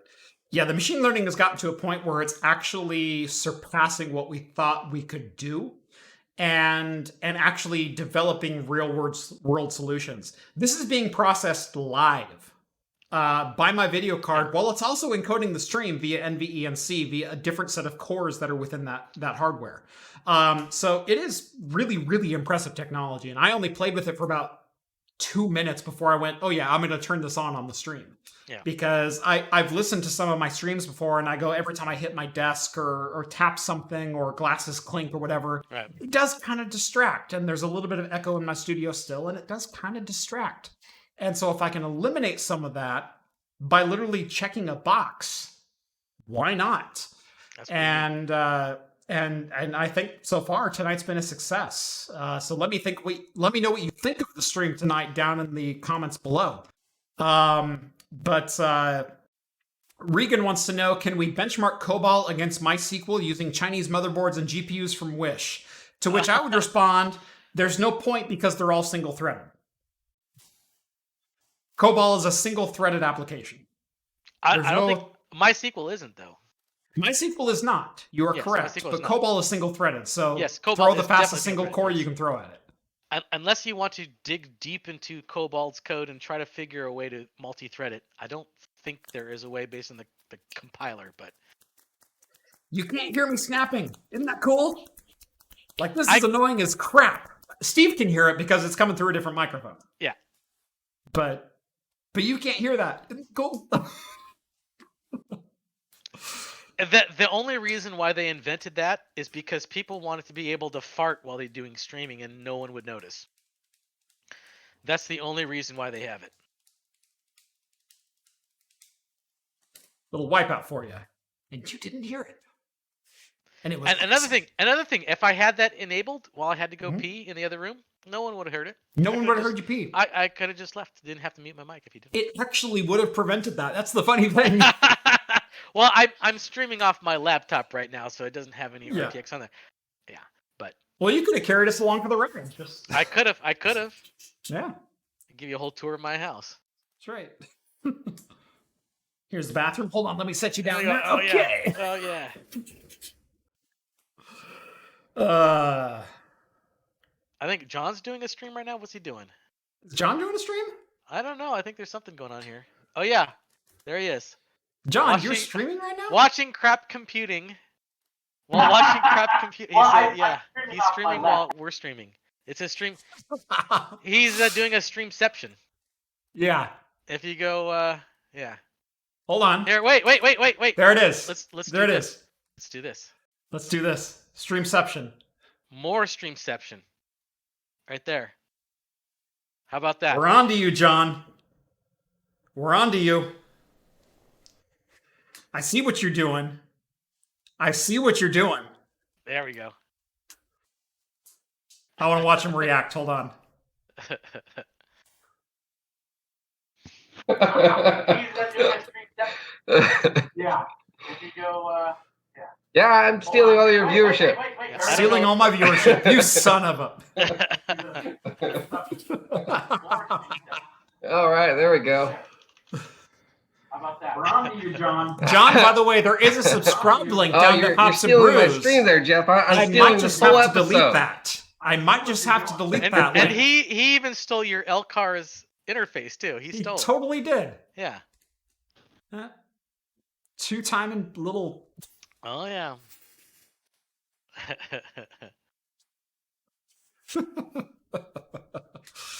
Anyway, I think that's going to do it here on our show. I don't think we have anything else to talk about. No, we don't. Except you could crap on John, I guess, if we wanted to, but.